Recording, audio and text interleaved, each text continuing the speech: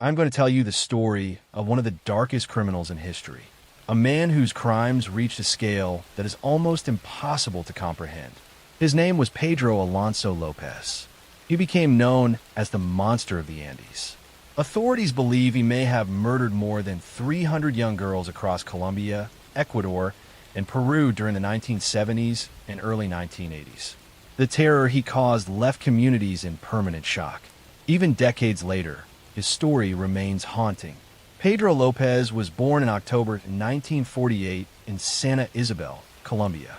His early life was marked by extreme hardship. His mother was a sex worker, and his father was killed before Pedro was born. From a young age, he lived in an environment filled with neglect and violence. His mother frequently beat him and brought home men who frightened him. He witnessed and endured abuse that would leave deep psychological scars. There was no stability or affection. He grew up in fear and confusion, learning that the world was a place where a child could be powerless and alone. By the age of 8, he had run away from home. He wandered the streets of Bogota, where he was forced to survive through petty theft and scavenging. The streets were cruel and unrelenting. Other street children bullied him. Police often beat vagrants. Older men assaulted him. Hunger and cold became constant companions. These early traumas contributed to a sense of bitterness and isolation that would later shape his impulses. Pedro began to associate power with control over others and imagined ways to reclaim the dominance he had been denied as a child.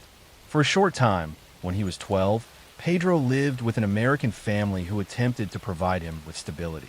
He attended school and experienced normalcy for the first time, but did not last. Within months, he vanished, returning to the streets.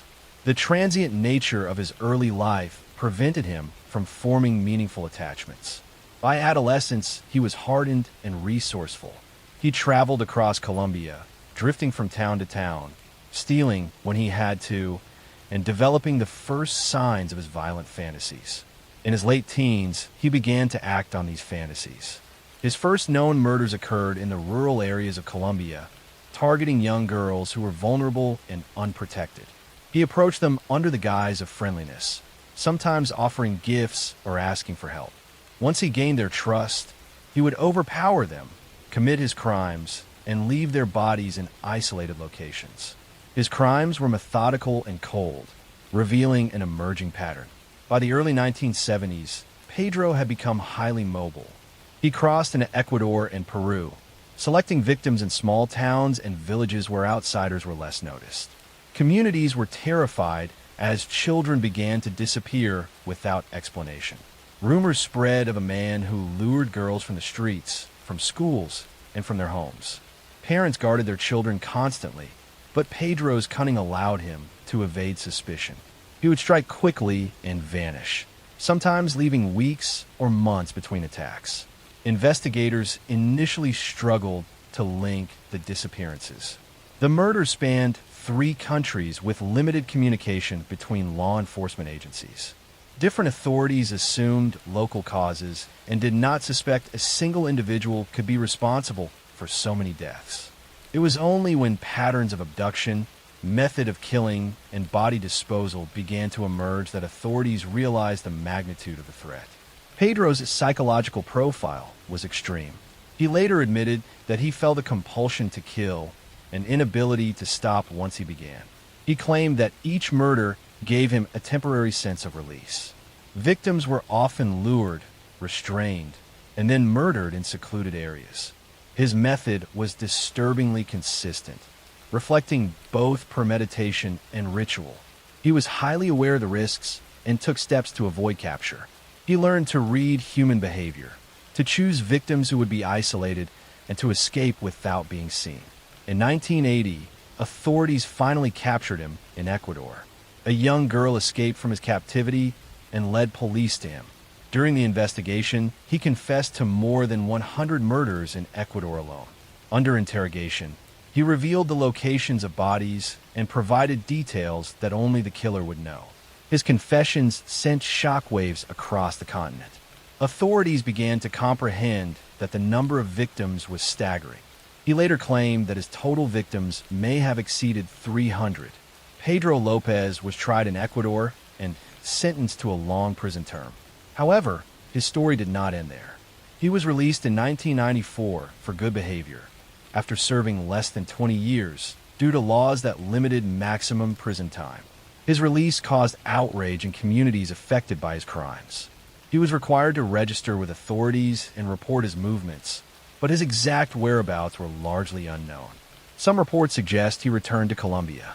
Others claim he disappeared entirely.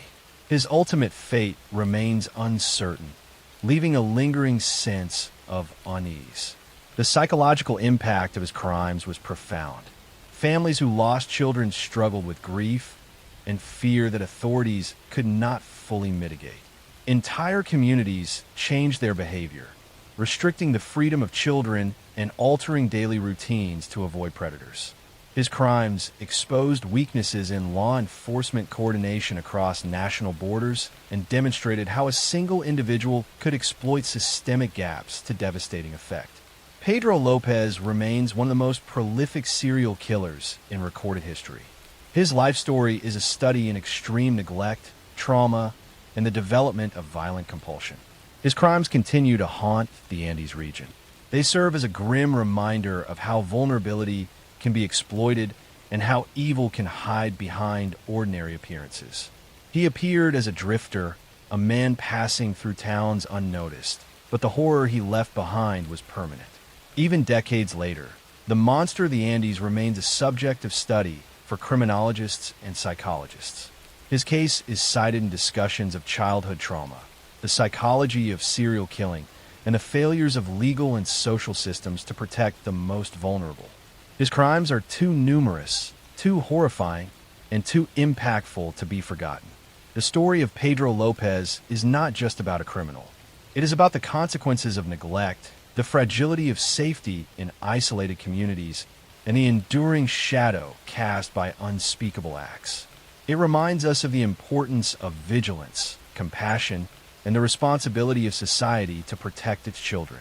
And though time has passed, the echoes of his actions continue to reverberate across the Andes. Next story. I'm going to tell you the story of one of the darkest and most disturbing figures in post-war Japanese history. A person whose crimes were hidden under the guise of care and who betrayed the most vulnerable members of society. Her name was Miyuki Ishikawa. She was a midwife and caretaker of infants who became responsible for the deaths of dozens of newborn children in the 1940s and 1950s. Her story is chilling because it reveals how someone in a position of trust could commit unspeakable acts while remaining unnoticed for years. Miyuki Ishikawa was born in 1897 in Japan. Details of her early life are sparse, but it is known that she grew up in a period of rapid change in Japanese society. The Meiji era had recently ended, and the country was modernizing quickly. Her childhood was marked by traditional expectations of women, obedience, and domesticity. She pursued midwifery as a profession, which was considered a respectable and necessary role. Midwives were entrusted with the lives of mothers and their children, and Ishikawa received extensive training in the practices of childbirth and infant care. By the 1940s, Ishikawa had established herself as a midwife and operator of a small maternity home in Tokyo. Her home served families in difficult circumstances, including impoverished mothers and single women who lacked social support. The post-war period in Japan was a time of extreme hardship. Many families were destitute, hospitals were overcrowded, and infant mortality rates were high. Social services were minimal, and the pressure on midwives and caretakers was immense. It was in this environment that Ishikawa began to commit her crimes. She and her assistants would accept infants from mothers who could not afford to care for them. In some cases, parents were told that their children would be safely placed in orphanages or foster care. In reality, the children were intentionally neglected and left to die. Some reports suggest that she took payments from desperate parents, promising care, and then deliberately allowed the infants to die. The victims were primarily newborns and very young children, and the causes of death were often starvation, dehydration, or neglect. Ishikawa's actions were systematic. She ran her maternity home as a business, accepting payments for care that she never intended to provide. Her knowledge of infant health and midwifery allowed her to disguise the neglect as natural mortality, which was tragically common at the time. Many deaths were attributed to the poor conditions in post-war Japan or to illness. Parents trusted her because she appeared to be a caring professional. She maintained the appearance of propriety while committing her crimes.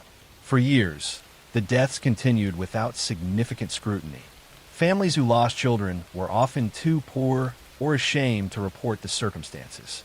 Local authorities were overwhelmed with the sheer number of orphans and infant deaths in Tokyo. Ishikawa exploited this systemic weakness. Her crimes only came to light when a former assistant and concerned community members alerted authorities to suspicious patterns. Investigators noticed that children under her care were dying at rates far higher than the regional average. This prompted an official investigation. When authorities interrogated Ishikawa, she admitted to the deaths of many infants. She rationalized her actions by claiming that she was relieving families of the burden of children they could not support. Her confessions revealed that she had knowingly neglected dozens of children, allowing them to die. The revelations shocked the nation. The idea that a professional entrusted with care could intentionally kill those in her charge was horrifying. Public outrage was immense, and the case became a focal point for discussions about social responsibility, poverty, and oversight of child welfare. Ishikawa was arrested and tried for her crimes. The court examined her role, her knowledge of infant care, and her deliberate neglect. She was sentenced to imprisonment, although the exact duration reflected the legal standards of the time, which considered systemic issues such as poverty and the lack of social support as mitigating factors. Despite her imprisonment, the trauma left by her actions persisted. Families mourned children who had been deliberately killed, and communities were left grappling with the betrayal by someone who should have protected life. The psychological impact of Ishikawa's crimes is complex. Experts have studied her case as an example of how individuals in positions of authority can abuse trust and exploit systemic weaknesses. Her motivations appeared to blend financial gain, social rationalization, and a detachment from the value of individual lives. She operated in a society recovering from war, where vulnerability was widespread and oversight was limited. Her actions demonstrate how opportunity, authority, and moral detachment can converge to allow repeated harm over time. Miyuki Ishikawa's story remains a cautionary tale. It is a reminder of the responsibility inherent in caring for others, the dangers of unchecked authority, and the importance of vigilant social structures to protect the most vulnerable. Her crimes continue to be studied in criminology, sociology, and psychology as an extreme example of betrayal of trust and exploitation of systemic weaknesses. Even decades later, the shadow of her actions lingers. The infants she allowed to die, the families who were deceived, and the communities affected all carry the weight of her legacy. Her story is not merely a tale of criminality, but a reflection on society, trust, and the consequences of moral failure. It serves as a stark reminder that evil can sometimes reside in places meant for care and protection, and that vigilance is necessary to safeguard those who cannot protect themselves. The case of Miyuki Ishikawa remains haunting. It underscores how human cruelty can hide behind appearances of normalcy and professionalism. It teaches that trust, when abused, can have devastating consequences. And it stands as a historical example of the intersection of social hardship, authority, and moral corruption, leaving a lasting imprint on the memory of post-war Japan and the study of crime in the modern world. Next story. I'm going to tell you the story of one of the darkest crimes in Japan's modern history. It is the story of Tsutomu Miyazaki, a man who became infamous as the otaku murderer. His crimes in the late 1980s horrified the nation, not only because of the cruelty of his acts, but also because they revealed how a man who seemed like an outcast could conceal such darkness behind a quiet life. Tsutomu Miyazaki was born in 1962 in a small town outside Tokyo. From the beginning, his childhood was marked by difficulty. He was born with a congenital deformity that left his hands disfigured. His fingers were fused and shorter than normal, which made him self-conscious and socially withdrawn. As a child, he was often teased and bullied by classmates. His deformity prevented him from joining in games and sports. He spent much of his time isolated, reading manga and watching television. At home, his family life was also strained. His parents were busy and distant, and his relationship with them was troubled. His grandfather was one of the few relatives he felt close to, but even that bond would later end in trauma. Miyazaki grew up lonely, feeling disconnected from both his peers and his family. This sense of alienation would follow him into adolescence and adulthood. Despite his struggles, he performed reasonably well in school. He graduated from college with a degree in photography, but he failed to build a career. He worked as a typesetter, a job that left him unsatisfied. His co-workers saw him as quiet and unremarkable. He never formed close friendships or relationships. In private, he sank deeper into isolation, immersing himself in horror films, pornography, and violent manga. His room became filled with tapes and books that reflected his obsessions. In the mid-1980s, Miyazaki began to experience fantasies of violence toward children.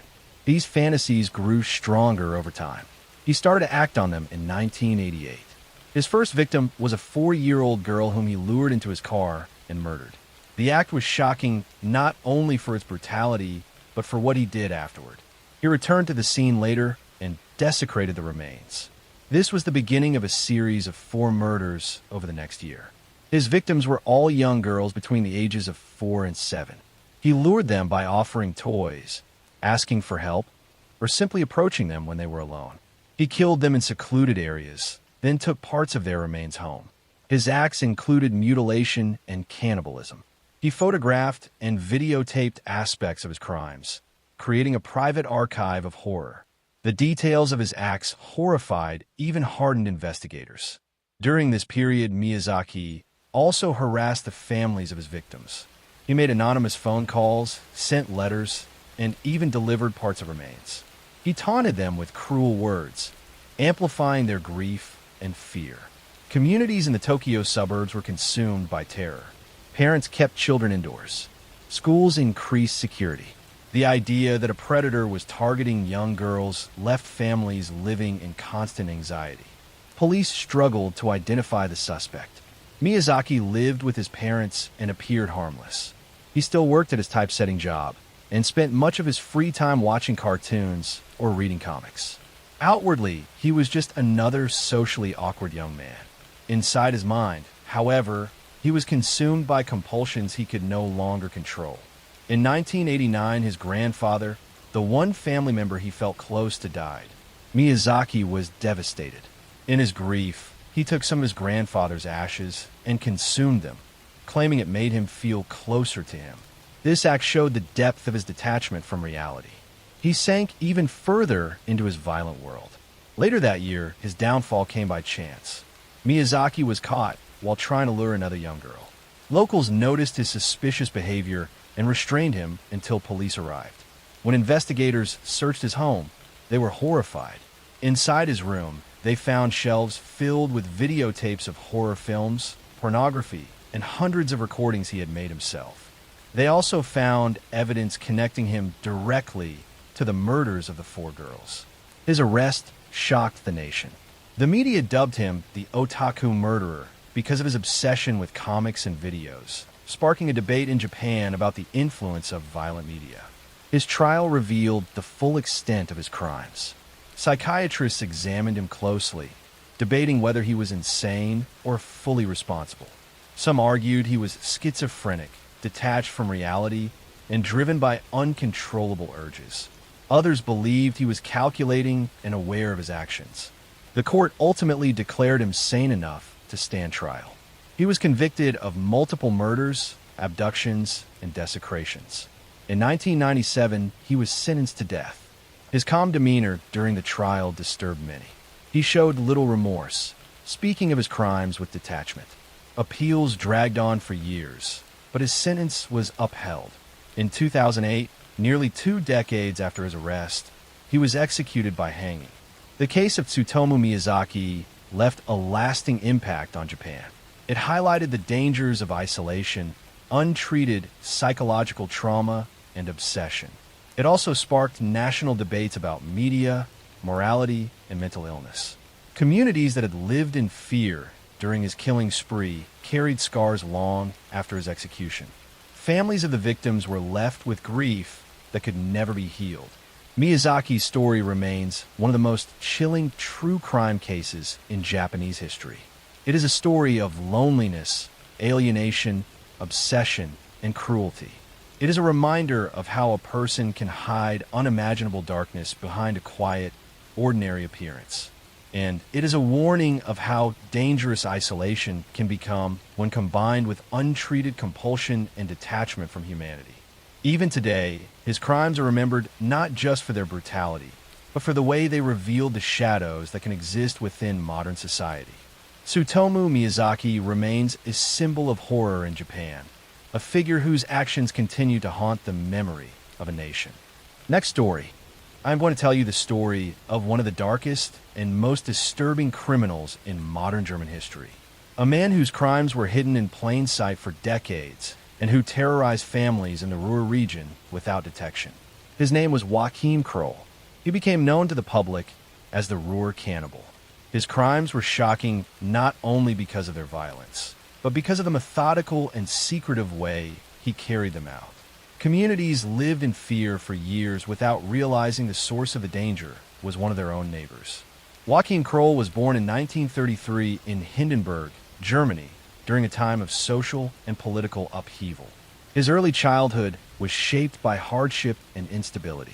The family struggled with poverty, and his father was reportedly an alcoholic who would often lash out. Kroll was described as a quiet, withdrawn child. He had difficulty connecting with peers and spent much of his time alone. Teachers noted that he was obedient but distant, rarely showing emotion or engaging in play. This isolation created fertile ground for a developing mind that was deeply disconnected from normal social and moral frameworks. During his formative years, Kroll suffered from health issues, including fainting spells and general frailty, which made him a target for teasing and bullying. These experiences compounded a sense of powerlessness and resentment. He became fascinated with death and decay from a young age.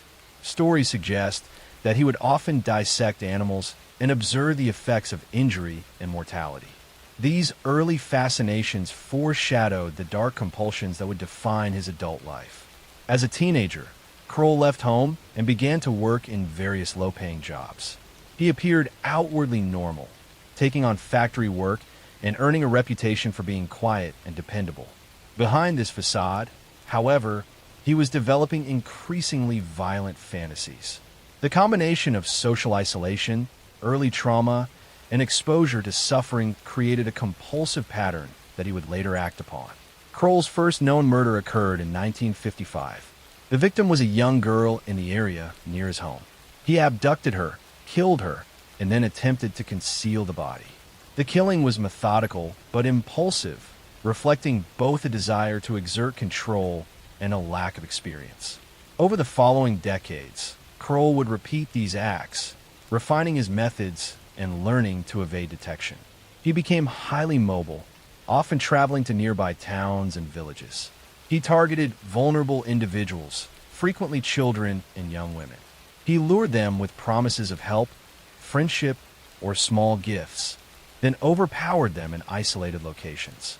After the murders, Kroll engaged in acts of dismemberment and, in some cases, cannibalism. His actions were both a means of exerting ultimate control and a reflection of deep-seated compulsions. The horror of his crimes was compounded by their secrecy. Neighbors often interacted with him without suspicion. He lived in modest apartments, worked steady jobs, and appeared completely ordinary to those around him. The pattern of Kroll's murders remained undetected for years. He would pause his crimes for periods of time, creating gaps that frustrated investigators and prevented them from linking the killings. In between, he continued to work and interact with the community as if nothing were wrong. Authorities were initially unaware that multiple disappearances across towns could be connected to a single individual. It was not until the early 1970s, after a particularly brazen murder and the discovery of forensic evidence, that police began to realize the scale of his actions. In 1976, Kroll was finally apprehended after leaving incriminating evidence at the scene of a crime. When questioned, he confessed to multiple murders, providing details that only the perpetrator could know. Authorities were horrified to learn that his confirmed victims numbered at least 14, though many suspect the true number was higher. He revealed the locations of bodies, the methods he used, and the periods during which the murders occurred. The confessions painted a portrait of a man who was both methodical and compulsively driven, a predator who had hidden in plain sight for decades. Kroll's trial was a major sensation in Germany. Psychologists and criminologists studied his behavior intensely, attempting to understand how a man so integrated into his community could commit such atrocities. The court concluded that he was sane, but driven by uncontrollable compulsions, and he was sentenced to life imprisonment. His demeanor during the trial was calm and detached, further terrifying those who observed him. He showed no remorse, only a chilling matter-of-fact acknowledgement of his actions. During his time in prison, Kroll remained a subject of study. Experts examined his childhood, his isolation, and the psychological mechanisms that allowed him to compartmentalize his life. They noted that early trauma, chronic loneliness, and social detachment contributed heavily to the development of his criminal patterns. He died in 1991 in prison, bringing an end to a life that had caused unspeakable pain and fear, yet leaving behind a legacy that would haunt Germany for decades. The story of Joachim Kroll is not simply about his crimes. It is about the way human darkness can exist undetected within ordinary appearances. It is about the failures of social systems to protect the vulnerable and the consequences of extreme isolation and trauma left unchecked. His life and actions remain a study in both horror and psychology, reminding us that danger can sometimes lurk in the most familiar faces. Even decades later, the Ruhr region remembers the fear he instilled. Families who lost children, communities that were terrorized, and investigators who pieced together the pattern all carry the weight of his deeds. Joachim Kroll's life story continues to be analyzed, both as a warning and as a grim example of the depths of human depravity when trauma and compulsion intersect. The shadow he left is permanent, haunting, and impossible to forget. Next story. I'm going to tell you the story of one of the darkest criminals to emerge from small-town America in the 1980s. His name was Farian Edward Wardrip. For 5 years, he murdered young women across Texas, leaving communities terrified and investigators searching for answers. Then, after his spree ended, he blended back into society. He lived quietly for more than a decade as a family man and employee. It was only through persistence and the evolution of DNA evidence that the truth was finally uncovered. Farian Wardrip was born in 1959 in Salem, Indiana. He grew up in a modest household, described as polite and relatively normal. He did not experience the extreme abuse or deprivation that is common in the childhoods of many killers. Yet from a young age, he was restless, prone to anger, and struggled with discipline. He dropped out of high school and enlisted in the National Guard. His time in the military was short-lived due to repeated behavioral issues. Afterward, he drifted between low-paying jobs, lacking focus and stability. In his early 20s, Wardrip married and had children. Outwardly, he appeared to be a regular young husband, but beneath the surface, he was dissatisfied. He drank heavily and often lost jobs because of his temper or lack of responsibility. His marriage suffered under the weight of his drinking and erratic behavior. By the mid-1980s, the marriage collapsed, and he found himself alone. This period of frustration and resentment coincided with the beginning of his crimes. His first known murder occurred in 1984 in Wichita Falls, Texas. The victim was a young woman named Terry Sims, a nurse who lived alone. Wardrip entered her home, attacked her, and killed her. The crime was brutal, showing both rage and control. Investigators at the time found few clues. The community was shaken by the violence, but no immediate suspect emerged. In 1985, he struck again. His next victim was Toni Gibbs, another young nurse. Her body was found outside town, and the brutality was similar to the first crime. The similarities between the two murders alarmed investigators. Women in the area began living with heightened fear, checking locks and watching for strangers. Police considered the possibility of a serial predator, but had little evidence to confirm it. Wardrop's spree continued. In 1985 and 1986, he killed 3 more women, each young, independent, and living in the Wichita Falls area. Their names were Deborah Taylor, Ellen Blau, and another young woman, each of them targeted and murdered in violent attacks. The killings followed a pattern. He often stalked his victims, selecting those who lived alone or were vulnerable. He entered homes or abducted them, and the assaults ended in murder. The bodies were left in fields or abandoned areas. The brutality of the crimes, combined with the lack of leads, deepened the fear in North Texas. Despite the rising terror, Wardrop was not caught. He lived quietly in the same area, blending in as if nothing had happened. His ordinary appearance helped him avoid suspicion. He was described by neighbors and acquaintances as friendly, if somewhat unreliable. He did not stand out as dangerous. For the families of victims, this invisibility was agonizing. Years passed, and the murders remained unsolved. By the late 1980s, Wardrop's violent impulses seemed to subside. He remarried, found steady work in a factory, and began living what looked like a stable life. He even became active in church, volunteering and presenting himself as a reformed man. For more than a decade, he lived this double existence. Few people suspected that he carried the burden of 5 brutal murders. But investigators never forgot the cases. As forensic science advanced in the 1990s, detectives began to revisit unsolved crimes with new tools. DNA evidence became central to their efforts. Samples preserved from the original crime scenes were tested using modern techniques. The results pointed to a single suspect. In the late 1990s, suspicion focused on Wardrop, who had quietly lived among the very communities he had once terrorized. Detectives placed him under surveillance and collected a DNA sample from items he discarded. The analysis confirmed the match. After more than a decade of freedom, Farian Wardrop was arrested in 1999. When confronted with the evidence, he confessed to the 5 murders. His calm and matter-of-fact tone during confession stunned investigators. He described how he selected and attacked his victims, admitting to the brutality as though recounting ordinary events. In 1999, he was sentenced to death for one of the murders and received life sentences for the others. He was sent to Texas death row, where he remains today.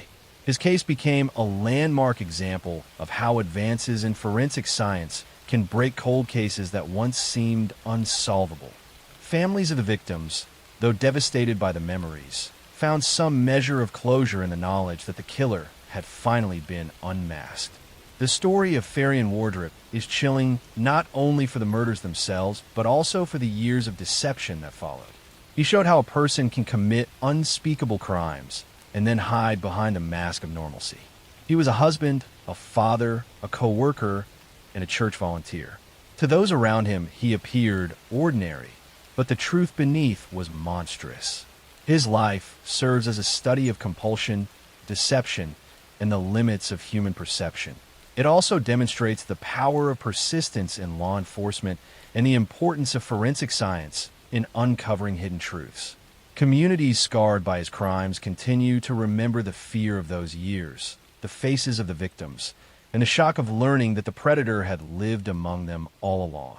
Even decades later, the name Farian Wardrop evokes unease. His story is not simply about violence. It is about betrayal of trust, the fragility of appearances, and the haunting reality that evil can exist behind the most ordinary of faces. Next story. David Parker Ray, later known as the Toy Box Killer, carried out a series of crimes in New Mexico during the 1990s that still stand among the most disturbing in American criminal history.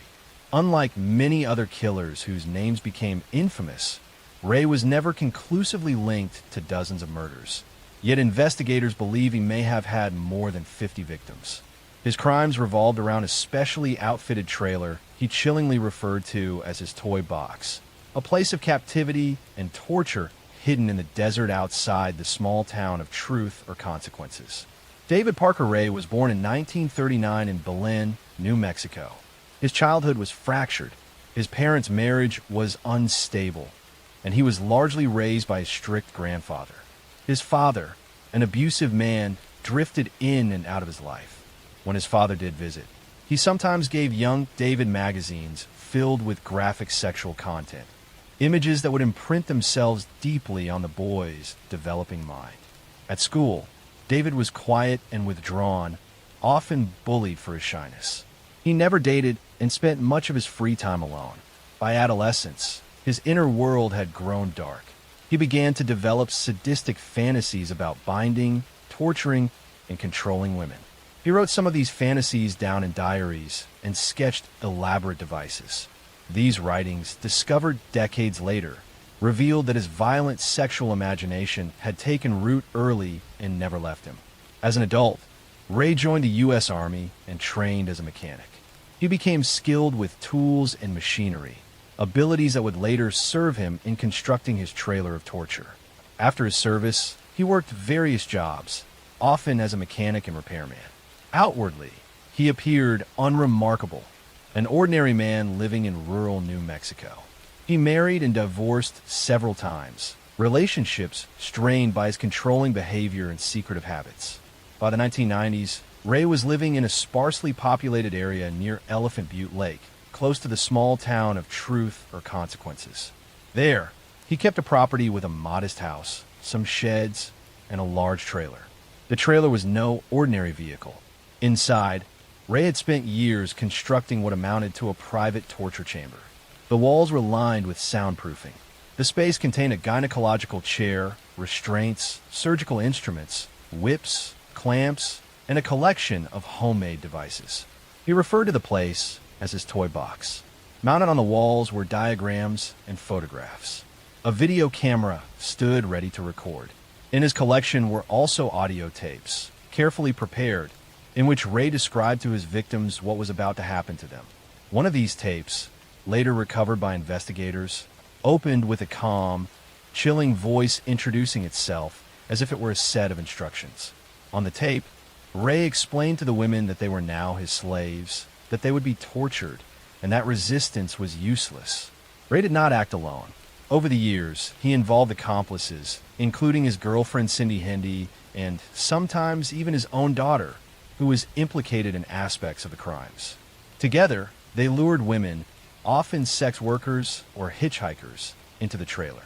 Victims were drugged, restrained, and subjected to prolonged assaults. One known victim was a woman named Cynthia Vigil. In March 1999, she was abducted by Ray and Hendy after accepting a ride. She was taken to the toy box, where she was chained and tortured. For 3 days, she was held captive. But when Hendy carelessly left the keys within reach, Cynthia managed to free herself. Naked and bleeding, with a metal collar still around her neck, she fled into the street, flagging down a passerby who took her to safety. Her escape led directly to Ray's arrest. Police raided his property and found the trailer. Inside, they discovered the chair, the restraints, and the equipment exactly as Cynthia had described. They also found the recorded tapes, including one that investigators believed had been played to multiple victims. The contents confirmed that Ray had been carrying out his crimes for years. Further searches uncovered diaries in which Ray had documented crimes dating back decades, including references to victims whose bodies were never found. Authorities combed the desert around his property, searching for graves, but the terrain was vast, and no remains were conclusively linked to him. Ray was charged with kidnapping and sexual torture. His trial drew national attention. Cynthia Vigil testified about her ordeal, describing how she had been chained, whipped, and threatened with death inside the trailer. 2 other women also came forward, each with similar stories. The evidence, combined with the physical reality of the toy box, left little doubt as to his guilt. In 2001, Ray was convicted of kidnapping and torture. He was sentenced to 224 years in prison. Cindy Hendy received a reduced sentence in exchange for testimony. Despite the scale of the crimes, Ray never faced murder charges, as no bodies were definitively tied to him. Still, investigators remained convinced that he had killed many of his victims. Their remains lost in the New Mexico desert. On May 28, 2002, David Parker Ray died of a heart attack in prison, just 3 years after his arrest. His crimes left behind a legacy of horror. The toy box, dismantled after the investigation, became a symbol of hidden evil lurking behind the facade of an ordinary man. The case also fueled debate about how many women might have been murdered without leaving a trace, and how many families would never know what became of their missing loved ones. Next story, Andrei Chikatilo, known as the Butcher of Rostov, was one of the most prolific serial killers in modern history, operating in the Soviet Union during the 1970s and 1980s. His crimes revealed deep flaws in Soviet policing and shocked the world with their brutality. He was born in 1936 in a small Ukrainian village, during one of the darkest times in Soviet history. His early childhood was marked by famine, deprivation, and war. Food shortages were severe, and his family lived in poverty. Rumors in the village suggested that one of his older siblings had been kidnapped and cannibalized during the famine, a story that haunted him for the rest of his life. His father was later drafted into the Red Army during World War II and captured by the Germans, an event that brought shame to the family in a regime that considered captured soldiers traitors. As a child, Chikatilo was weak and often bullied. He suffered from bedwetting into adolescence, and he grew up socially isolated, painfully shy, and plagued by sexual dysfunction. He felt powerless and humiliated, both at home and among peers. By his teenage years, he discovered that he could only achieve arousal through violent fantasies, often involving domination and control. In the 1960s, Chikatilo tried to live a normal life. He married, had children, and worked as a teacher. Outwardly, he appeared quiet, reserved, even timid. But beneath that image, his violent urges grew stronger. While teaching, he was caught fondling students and was dismissed from one of his positions. He drifted into clerical jobs, eventually working in a factory. His crimes escalated in secret. In 1978, Chikatilo committed his first known murder. He lured a 9-year-old girl, Yelena Zakitnova, into a house he had purchased. There, he assaulted and killed her, disposing of her body in a river. Although he was questioned, another man was wrongly accused and executed for the crime, allowing Chikatilo to walk free. This miscarriage of justice would repeat in his career, as Soviet authorities, desperate to maintain order, sometimes arrested innocent men rather than admit a serial killer was at large. From then on, Chikatilo embarked on a spree of killings that lasted more than a decade. His victims were mostly women and children, lured with promises of food, money, or small gifts. He targeted runaways, the homeless, and the vulnerable, people less likely to be reported missing immediately. His method was sadistic. He would lead victims into wooded or isolated areas, then attack suddenly. He stabbed repeatedly, often dozens of times, and mutilated bodies in a frenzy. Many victims were disemboweled. Some had eyes gouged out, a detail that puzzled investigators until Chikatilo later confessed that he believed a Russian superstition that a victim's eyes retained the image of their killer. For years, Soviet authorities failed to catch him. The secrecy of the Soviet system made police reluctant to admit a serial killer existed, as such crimes were seen as a symptom of Western decadence, not socialism. The investigation dragged on, involving hundreds of officers, thousands of interviews, and countless dead ends. Innocent men were arrested, imprisoned, even executed while Chikatilo continued to kill. By the mid-1980s, the murders were so numerous that authorities could no longer deny the pattern. The press remained muzzled, but people whispered of the maniac of Rostov. Special units were formed.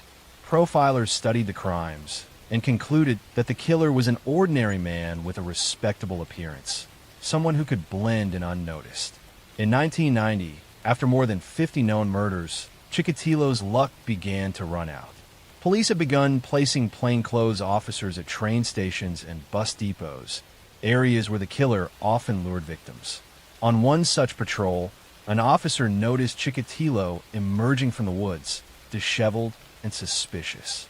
He was detained, and forensic evidence eventually tied him to multiple crime scenes. When interrogated, Chikatilo at first denied everything. But confronted with mounting evidence, he broke down. In long, chilling confessions, he described his crimes in detail, often with little emotion. He admitted to more than 50 murders, recounting how he had lured victims, how he mutilated them, and how the killings gave him release from urges he could not control.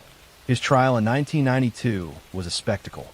Behind bars, inside a steel cage in the courtroom, Chikatilo sat while prosecutors read the charges of 53 murders. The families of victims wept and shouted. Chikatilo sometimes shouted back, sometimes ranted incoherently. The proceedings were broadcast widely, and the Soviet public, now in the era of glasnost, was horrified. He was convicted of 52 murders and sentenced to death. In 1994, he was executed by a single gunshot to the back of the head. The case of Andrei Chikatilo exposed the vulnerabilities of Soviet policing. The wrongful arrests and executions of innocent men underscored how secrecy and denial had allowed a predator to operate for years. Forensic and investigative methods improved in Russia as a result, but for the families of victims, the damage was irreparable. Chikatilo's crimes remain a grim reminder of how monstrous violence can hide beneath the surface of an ordinary life. Next story. Joachim George Kroll was born on April 17, 1933, in the German city of Hindenburg, which today lies in Poland. His childhood unfolded against the backdrop of World War II. His family was poor, with many mouths to feed, and food was scarce. His father was conscripted into the German army and later captured by Soviet forces, spending years as a prisoner of war. This left the household without stability or protection, and young Joachim grew up in an environment marked by deprivation. Kroll was a weak, frail child. He suffered academically, never advancing beyond the most basic levels of schooling. Teachers described him as slow.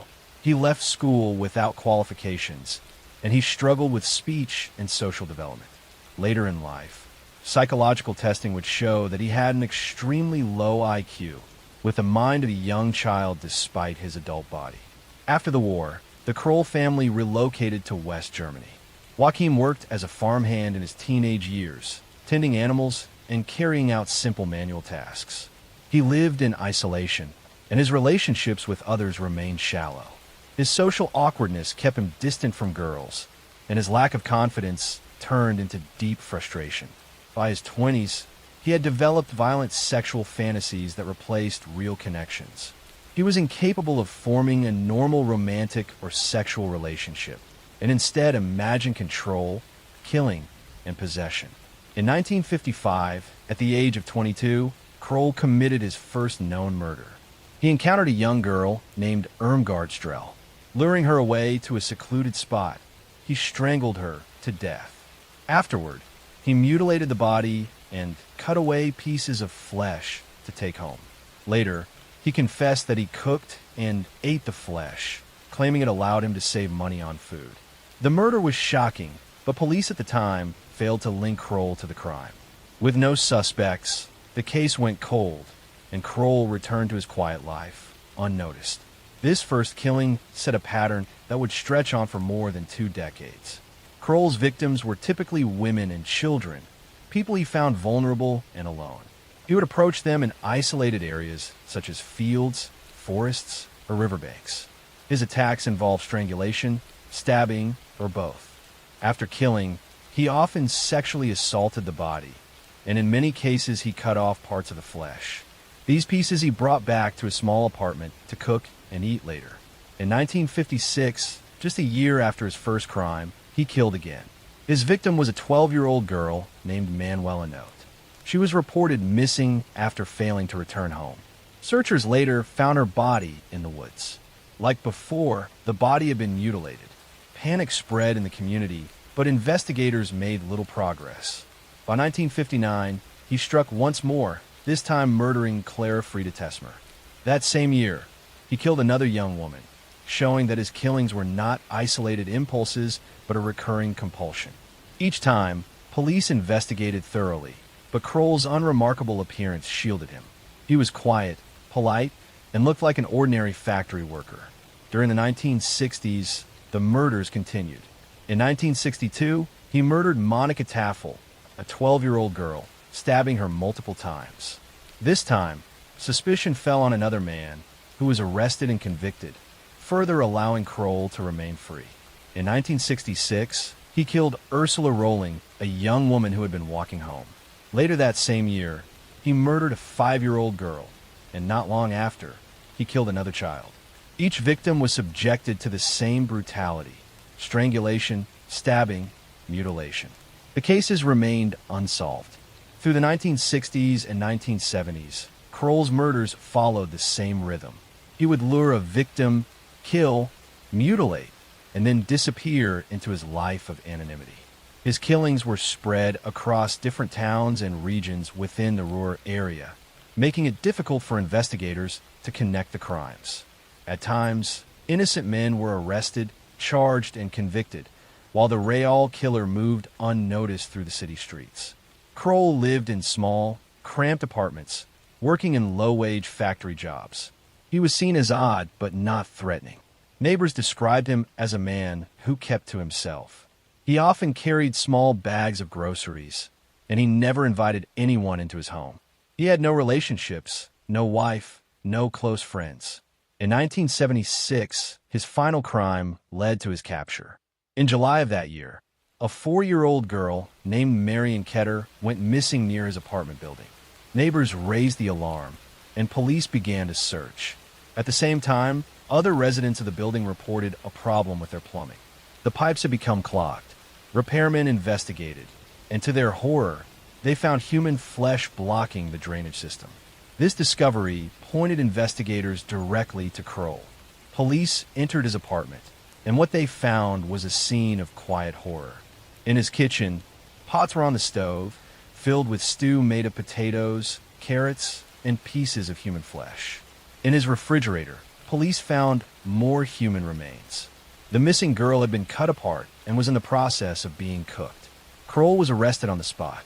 When questioned, he confessed with little resistance. His manner was calm, almost childlike. He admitted to killing 13 people over more than 2 decades, though investigators suspected the true number may have been higher. He explained his method, how he lured victims, how he strangled them, how he cut away flesh, and how he cooked it. In his own words, he said the flesh helped him save money on groceries. His trial began years later, in 1982. Prosecutors presented the evidence: his confession, the remains, and the long trail of murders. His defense argued diminished responsibility due to his low intelligence. Indeed, he was mentally impaired, but psychiatric experts testified that he understood his actions were wrong. The court agreed. Joachim Kroll was convicted of multiple murders and sentenced to life imprisonment. He was sent to prison, where he lived out the rest of his life quietly. In 1991, at the age of 58, he died behind bars of natural causes. The case of Joachim Kroll left behind deep scars in West Germany. For decades, a man who appeared harmless and ordinary had carried out some of the most disturbing crimes in modern history. His actions revealed not only the darkness inside him, but also the failures of police investigations that allowed him to escape detection for so long. Albert DeSalvo, later known as the Boston Strangler, was responsible for one of the most terrifying crime waves in American history. His name became tied to the murder of 13 women in the Boston area during the early 1960s, crimes that sent shockwaves through the city and remain debated to this day. Albert Henry DeSalvo was born on September 3, 1931, in Chelsea, Massachusetts. His upbringing was marked by poverty and violence. His father, Frank, was an alcoholic who regularly beat his wife and children. Frank DeSalvo's brutality was extreme. He once broke every finger on his wife's hand, and on another occasion, he forced his children to watch him have sex with prostitutes. The home was one of chaos, neglect, and abuse. Albert grew up in this environment with little guidance. By his early teens, he had turned to petty crime. He was arrested several times for burglary and other minor offenses. Reform school and juvenile detention became familiar places for him. Despite his troubles, he managed to join the U.S. Army at age 17. He served in Germany, where he gained a reputation as a competent soldier, but also developed a habit of soliciting prostitutes and committing minor theft. After returning home, DeSalvo married and had children. Outwardly, he tried to live a stable life, working various jobs including maintenance and construction. Yet beneath the surface, he remained troubled. He developed a compulsion for sexual assaults that escalated from indecent exposure to home invasions. By the late 1950s, DeSalvo began what police would later call the Measuring Man incidents. He posed as a modeling scout, approaching women and convincing them to let him take their measurements under the guise of offering them opportunities in modeling. While this behavior was strange and invasive, it did not immediately lead to charges, and DeSalvo continued to refine his predatory behavior. Soon after, he escalated into what police called the Green Man crimes. He posed as a handyman or maintenance worker, tricking his way into women's apartments. Once inside, he assaulted them. These assaults went unconnected at the time, but they showed the same compulsions that would lead to murder. In June 1962, the first of the Boston Strangler murders occurred. A 55-year-old woman named Anna Sleezers was found dead in her Boston apartment. She had been strangled with the belt of her bathrobe, tied in a bow around her neck. The staging was strange and deliberate. Within weeks, more murders followed. Most of the victims were women living alone, ranging in age from their 50s to their 80s. They were strangled with items of clothing, often left tied in decorative knots. Some were sexually assaulted. Others were mutilated. The pattern was chilling, and panic swept through Boston. Women kept their doors locked, neighborhoods grew tense, and newspapers filled their front pages with warnings about the killers stalking the city. The murders continued in 1963 and 1964. In total, 13 women were killed. While most were older women, later victims included young women in their 20s, broadening the victim profile and further confusing investigators. Despite massive police efforts, the case remained unsolved. Thousands of interviews were conducted, tips poured in, and detectives searched tirelessly, but the killer always seemed one step ahead. DeSalvo was finally arrested in 1964, but not for the murders. He had been caught for a series of sexual assaults, part of the Green Man cases. While in custody, he confessed to his cellmate, George Nasser, that he was the Boston Strangler. Nasser informed attorney F. Lee Bailey, who brought DeSalvo's claims to the authorities. DeSalvo then gave detailed confessions to police, describing the murders in ways that seemed to match the crime scenes. He admitted to all 13 killings. However, there was no physical evidence linking him to the murders, and his confession was inconsistent at times. Some investigators doubted he was truly the Strangler, believing he may have exaggerated or invented his involvement for notoriety or a plea bargain. In court, DeSalvo was not tried for the Boston Strangler murders due to lack of evidence. Instead, he was convicted of numerous sexual assaults and sentenced to life in prison in 1967.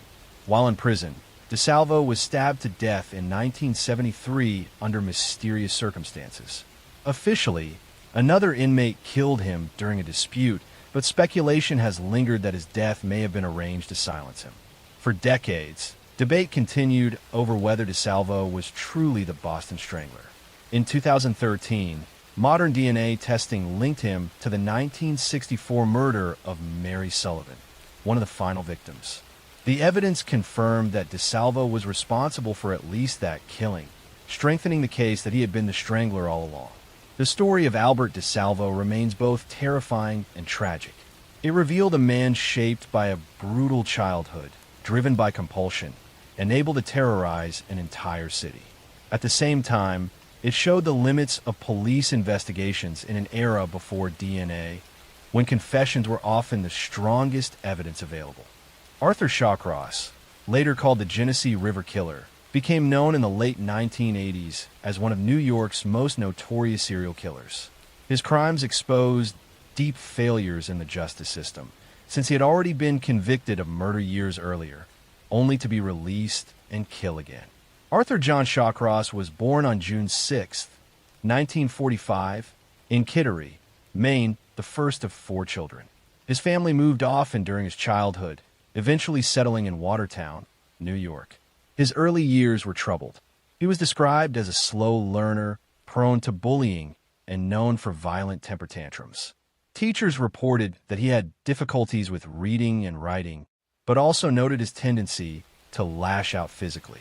Later in life, Shawcross claimed that he was sexually abused as a child, both by relatives and older neighborhood children. He also claimed his mother engaged in inappropriate behavior with him. Whether all of these claims were true or exaggerations is debated, but there is little doubt that his upbringing was unstable. By his teenage years, Shawcross had dropped out of school and drifted into petty crime. He was arrested several times for burglary and vandalism. At age 19, he enlisted in the U.S. Army. He served in Vietnam during the height of the war, working in supply units. Shawcross later told wild stories about his time in combat, including claims of cannibalism and brutal killings, but investigators who reviewed his record found little to support these accounts. What is clear is that his time in the military hardened him, and he returned to the United States more violent than before. Back in New York, Shawcross married and divorced several times. He struggled to hold steady jobs and continued to commit small crimes. In 1972, his violence escalated into murder. That year, he lured a 10-year-old boy named Jack Owen Blake into the woods near Watertown.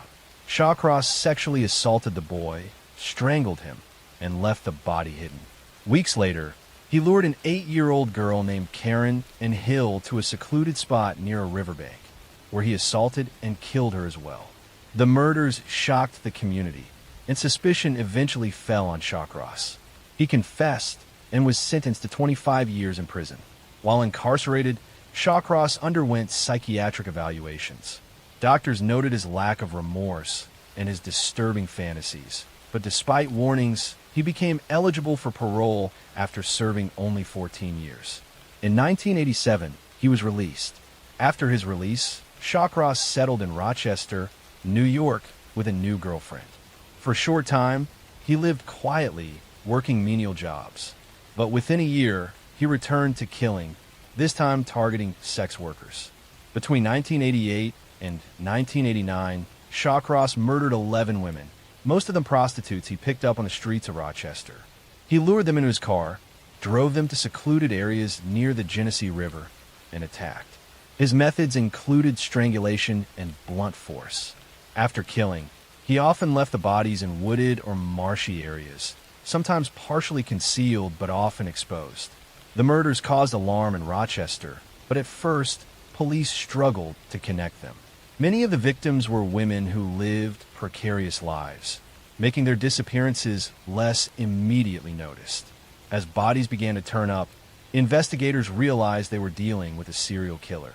The FBI was brought in to assist, and profilers built a psychological portrait of the murderer, a middle-aged white male, familiar with the area, with a history of violence. Police began surveillance operations, focusing on areas where sex workers gathered. In January 1990, Shawcross was placed under observation after being seen with a known prostitute. Days later, surveillance units followed him as he drove to a remote location. They watched him stop by a riverbank where the body of one of his victims had recently been found. This suspicious behavior gave them the opening they needed. Shawcross was arrested soon afterward. In custody, Shawcross at first denied the killings. Confronted with evidence, he eventually confessed in detail to 11 murders. He spoke matter-of-factly, describing how he picked up women, where he drove them, how he strangled them, and how he left their bodies.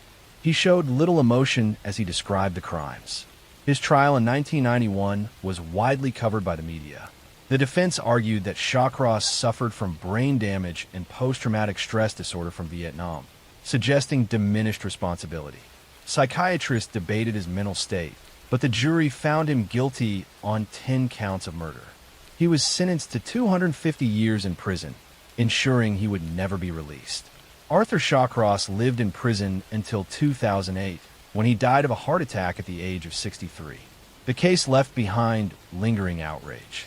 Families of his first child victims in the 1970s had warned authorities that Shawcross should never have been released, yet the system allowed him out after just 14 years. His return to violence, claiming 11 more lives, became a grim lesson in the consequences of early parole for dangerous offenders. Richard Ramirez, who would become known to the world as the Night Stalker, was born on February 29, 1960, in El Paso, Texas, the youngest of 5 children in a Mexican-American working-class family. His father, Julian, had been a policeman in Mexico before moving to the United States to work on the railroad. Julian was a strict, authoritarian man, quick to anger, and often physically abusive to his children. Mercedes, Richard's mother, worked in a local boot factory and was exposed to toxic chemicals daily. Richard's early years were filled with tension and fear. He lived under the shadow of a father who demanded obedience and punished any perceived misstep. His siblings recalled him as quiet, withdrawn, and constantly anxious, seeking safety by hiding or avoiding confrontation. From a young age, Richard suffered serious head injuries. At age 2, a dresser fell on him, leaving him unconscious. At 5, he was struck by a swing, causing further trauma.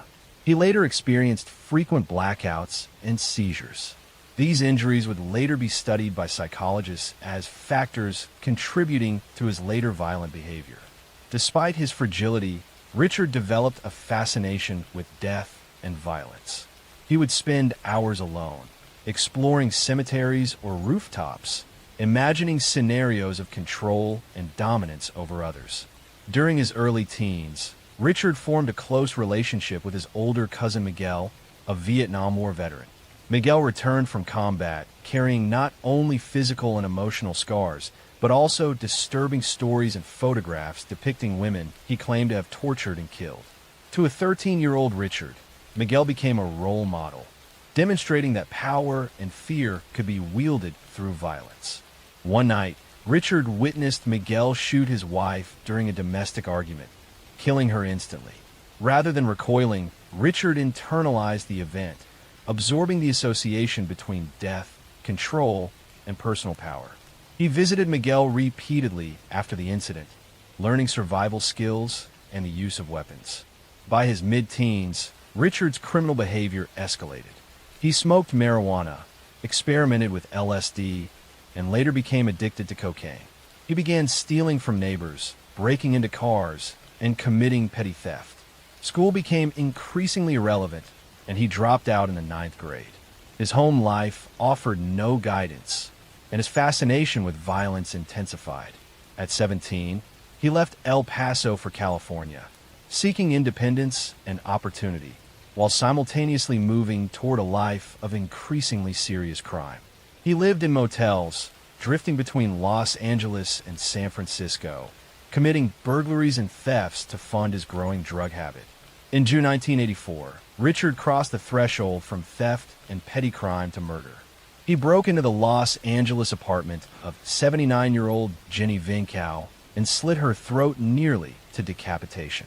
The brutality of the act shocked authorities and signaled the emergence of a dangerous new predator. Over the next year, Ramirez committed a series of home invasion murders. Unlike most serial killers, he did not limit himself to one profile of victim. He attacked elderly men and women, young couples, and occasionally children. His methods varied. He shot some victims, stabbed others, and strangled or beat many. He sexually assaulted women and stole valuables, funding his drug addiction while leaving behind a trail of terror and death. By March 1985, Ramirez had intensified his spree, attacking multiple victims in a single night.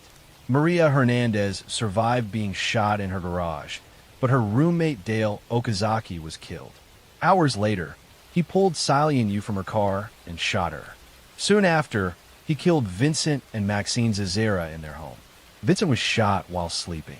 Maxine was bound and brutally mutilated, her eyes removed and placed in a jewelry box. These crimes reflected not only brutality, but a ritualistic element, satisfying Ramirez's desire for domination and control over life and death. During the summer of 1985, Ramirez continued his attacks, often entering homes through unlocked windows or doors. Survivors described him as foul-smelling, with decayed teeth, bloodshot eyes, and a cold, emotionless gaze. The media dubbed him the Night Stalker, and fear spread across Los Angeles and surrounding counties. People avoided going out at night, installed alarms and locks, and armed themselves for protection. Schools warned children, parents kept them indoors, and entire neighborhoods felt unsafe. Police struggled to track him, though evidence slowly accumulated. Shoe prints from obvious sneakers, fingerprints, and ballistic analyses linked multiple crime scenes. Yet Ramirez remained elusive, moving between Los Angeles and San Francisco, striking at random. His unpredictability made him extremely difficult to catch, and residents lived in constant fear. The breakthrough occurred in late August 1985. After attacking a couple in Mission Viejo, Ramirez fled when residents observed his car and license plate.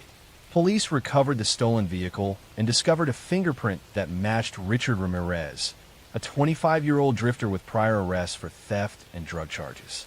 His photograph appeared in newspapers and on television, giving the Night Stalker a face for the first time. The following day, Ramirez walked into a convenience store in East Los Angeles, unaware that he had been identified. Shoppers recognized him instantly.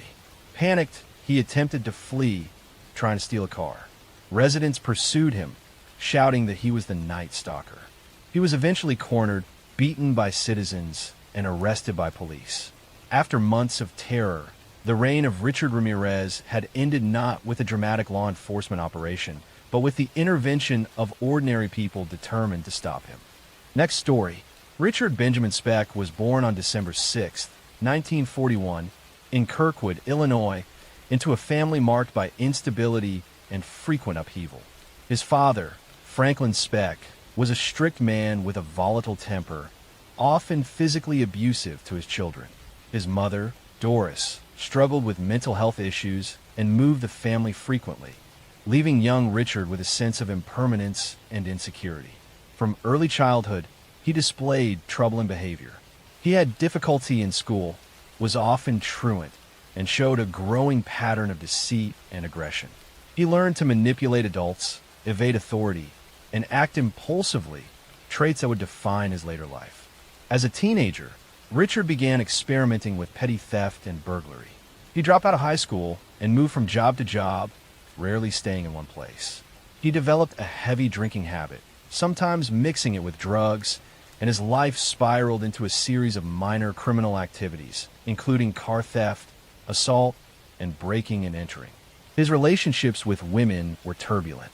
He married once briefly and fathered a child, but his inability to maintain stability led to estrangement. He became increasingly isolated and resentful, harboring anger at authority and at the social structures that he felt had failed him. By 1965, Speck had developed a pattern of moving from city to city, often staying in cheap hotels or boarding houses, committing small thefts, and drinking heavily. In July 1966, he arrived in Chicago, Illinois, where he found work as a laborer and occasionally at local bars. During this period, he became acquainted with women working in nursing and other service professions, learning their routines and locations. Speck's fascination with power and control over others grew, and his fantasies of domination began to focus on women in vulnerable positions. On the night of July 13, 1966, Richard Speck entered a small student nurses' residence in South Chicago. 8 student nurses were living there at the time. Speck had observed the residents, learning the habits of the women and when they would be home. That night, he gained entry by overpowering a young man who lived in the building. Once inside, Speck systematically terrorized the residents. He bound, beat, and murdered 7 of the 8 women in a horrific spree that lasted several hours. The brutality of the murders was extreme, yet Speck displayed a disturbing level of calm and methodical behavior. He He moved from room to room, selecting victims, tying them up, and using a knife to carry out his attacks. One young woman survived by hiding under a bed and remained undiscovered until Speck left the premises. Her testimony would later become crucial in reconstructing the events of that night. When authorities arrived the next morning, they were confronted with a scene of unimaginable horror. 7 young women had been murdered, and the 8th survivor provided the first detailed account of the assailant. The crime shocked the nation. Chicago, already wary of violent crime in its neighborhoods, was gripped by terror. Residents locked doors, women avoided being alone at night, and the media broadcast the gruesome details widely. The manhunt for Speck was immediate. Chicago police, state authorities, and the FBI coordinated to apprehend him. Investigators discovered that Speck had left behind evidence in the form of fingerprints, personal items, and a distinct pattern of movement through the city. Witnesses described seeing a man matching his appearance fleeing the area.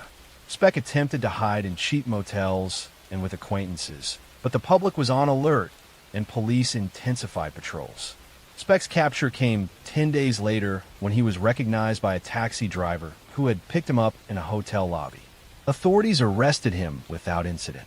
Once in custody, Speck was cooperative in identifying locations he had visited and provided limited information about the murders, but he expressed little remorse. Psychological evaluations conducted during his detention revealed a pattern of antisocial behavior, narcissism, and extreme impulsivity. Experts concluded that he was driven by deep-seated anger toward women, combined with a sense of entitlement and a fascination with domination. The trial of Richard Speck began in April 1967. The courtroom was packed, the public intensely interested in a case that had shocked the nation. Evidence included survivor testimony, forensic analysis, and witness accounts. Speck's demeanor in court was unsettling. He displayed a calm, almost detached presence while the prosecution presented graphic details of the murders. His defense attempted to claim mental instability, but expert testimony and the premeditated nature of the crimes undermined these claims. After deliberation, the jury found Speck guilty of murder and sentenced him to death. Over the years, Speck's sentence was reduced to life imprisonment after changes in death penalty law and appeals. He spent decades in Illinois correctional facilities, where he became notorious among fellow inmates and staff for erratic behavior. Despite efforts at rehabilitation, he remained largely unrepentant. Speck's life ended in prison on December 5, 1991, from natural causes.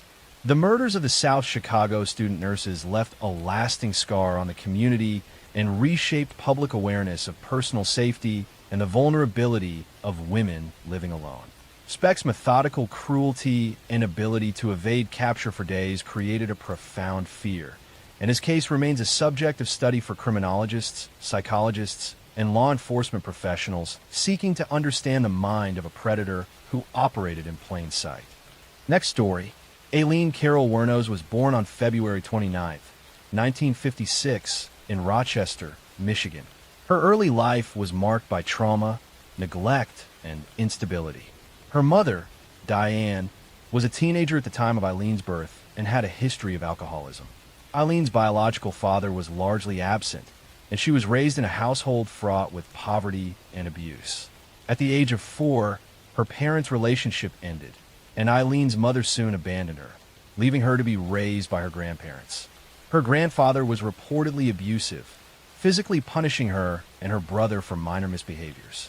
By the time she was 8, Aileen had experienced profound emotional and physical neglect, shaping a deep mistrust of adults and authority.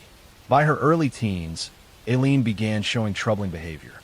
She was often truant from school and had difficulty forming stable friendships.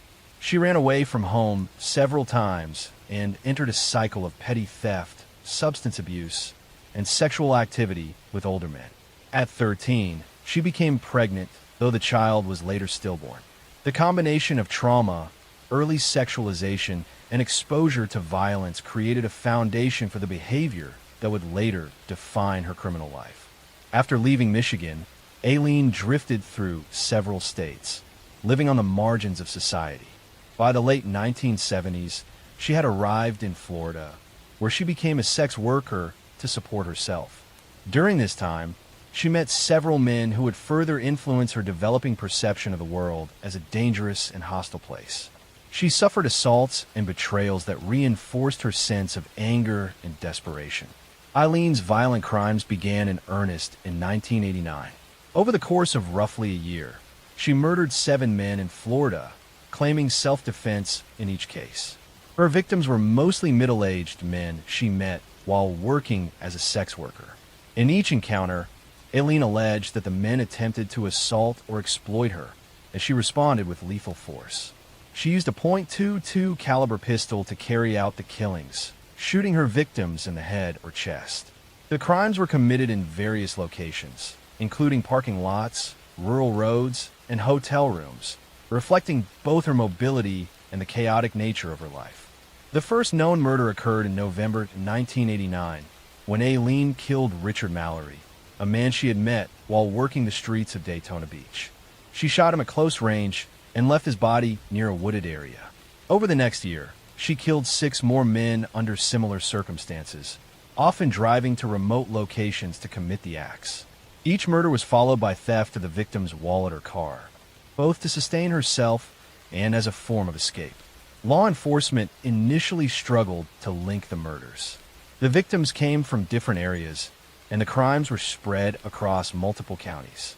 Investigators eventually identified a pattern through ballistic analysis and witness statements.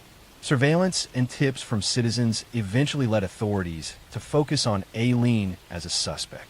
She was arrested on January 9, 1991, after a relative provided information that implicated her in the murders. During interrogation, Aileen was strikingly candid. She admitted to killing the men, but insisted that she acted in self-defense, fearing for her life each time she drew her gun. Psychological evaluations later diagnosed her with borderline personality disorder and antisocial tendencies, but her attorneys argued that her unstable upbringing and trauma played a major role in her actions. The case quickly drew national attention, with the media portraying her both as a cold-blooded killer and a victim of circumstance. The trial for the first murder began in 1992. Aileen was convicted of killing Richard Mallory and sentenced to death. Subsequent trials resulted in additional death sentences for the other murders. Despite her notoriety, she remained a figure of public fascination, with debates surrounding her mental health, the influence of abuse, and the morality of her actions. Aileen Wuornos spent her final years on death row in Florida. She became the subject of documentaries, books, and films, all exploring her life, crimes, and psychology. On October 9, 2002, she was executed by lethal injection. Her life and crimes left a lasting impression on American society, highlighting the intersections of trauma, gender, and violence, and sparking ongoing discussion about the circumstances that can produce such extreme criminal behavior. Next story. David Richard Berkowitz was born on June 1, 1953, in Brooklyn, New York. His early life was fraught with confusion and emotional instability. He was adopted shortly after birth by the Berkowitz family, who had been unable to conceive a child of their own. Although they provided material stability, David felt alienated and rejected, struggling with feelings of abandonment and inadequacy. His adoptive mother was overprotective and controlling, while his father was distant and authoritarian. These dynamics fostered in David a profound sense of anger and isolation, which would later manifest in violent behavior. As a teenager, David began exhibiting troubling behaviors.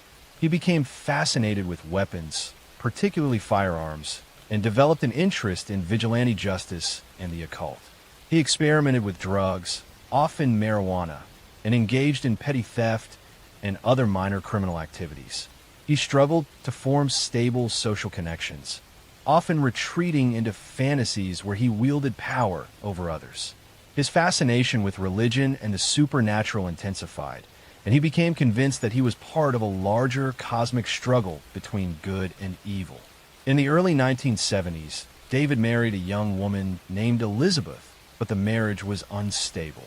He found employment sporadically, often quitting jobs abruptly or being dismissed for misconduct. During this period, he began to experience auditory hallucinations, claiming that he was receiving messages from a demon-possessed dog who commanded him to kill. He became obsessed with these messages, believing that he had been chosen to punish people for their sins. On the night of July 29, 1976, David Berkowitz began a series of shootings that would terrorize New York City for over a year. He targeted young couples sitting in parked cars, shooting at them from the sidewalk with a .44 caliber revolver. The first known victim, Donna Loria, and her boyfriend were seriously wounded, but escaped with minor injuries.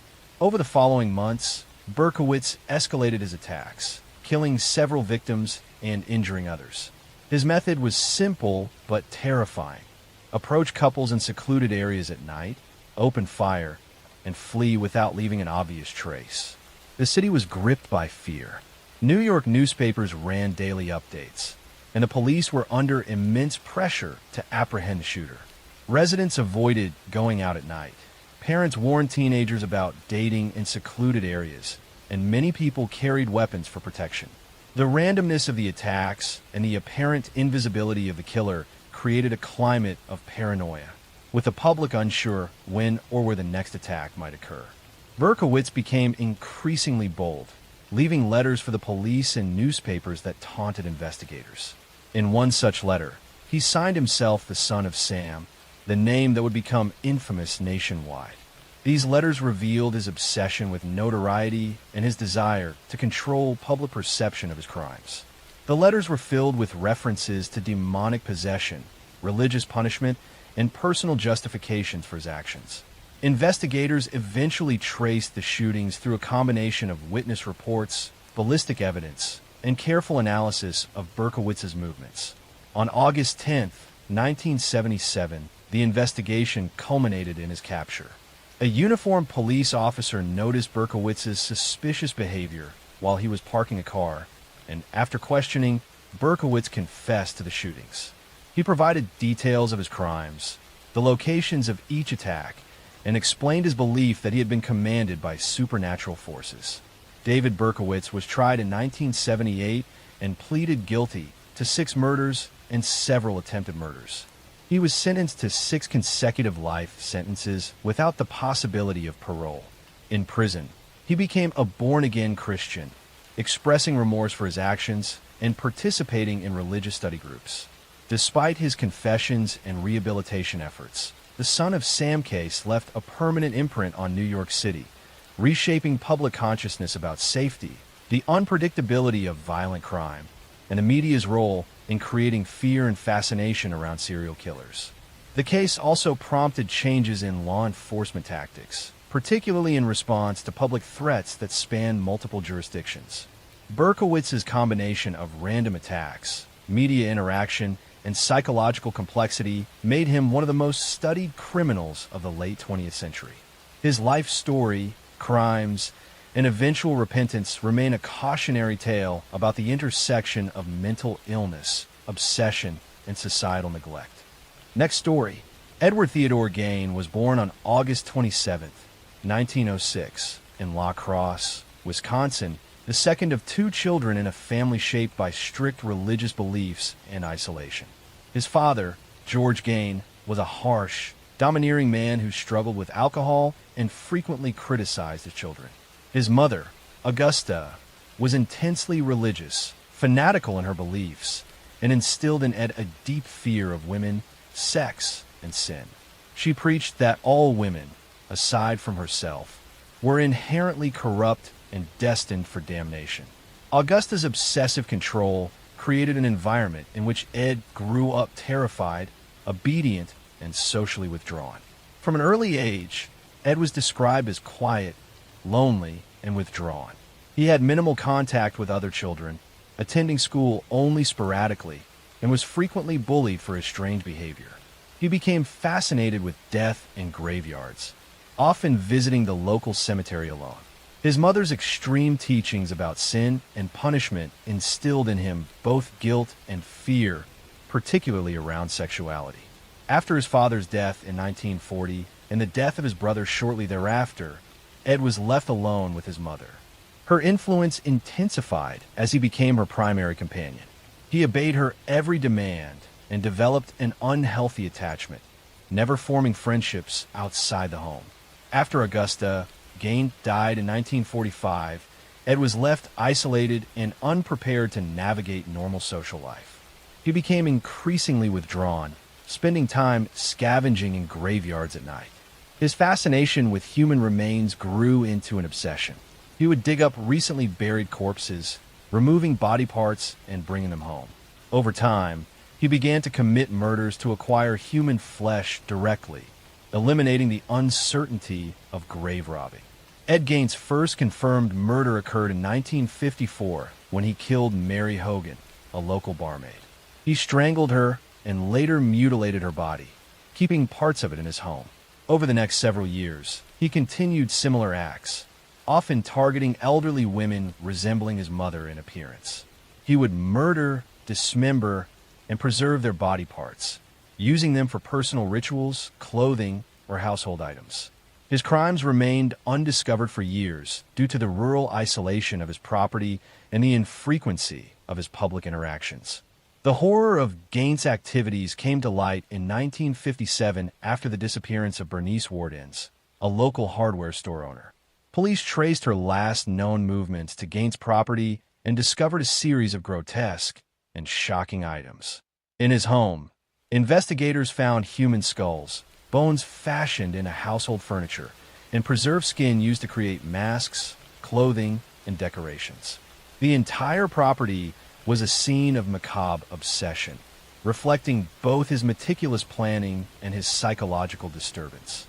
He admitted to grave robbing and to the murders, but claimed he was compelled by his desire to create women's suits from the skin of the deceased. Ed Gaines' arrest and trial captivated the nation. Psychologists evaluated him and determined that he suffered from severe mental illness, including schizotypal personality disorder and necrophilic tendencies. He was found legally insane and sentenced to spend the rest of his life in a psychiatric institution rather than prison. Gaines' case became one of the most infamous examples of how isolation, abuse, and psychological disturbance could culminate in extreme criminal behavior.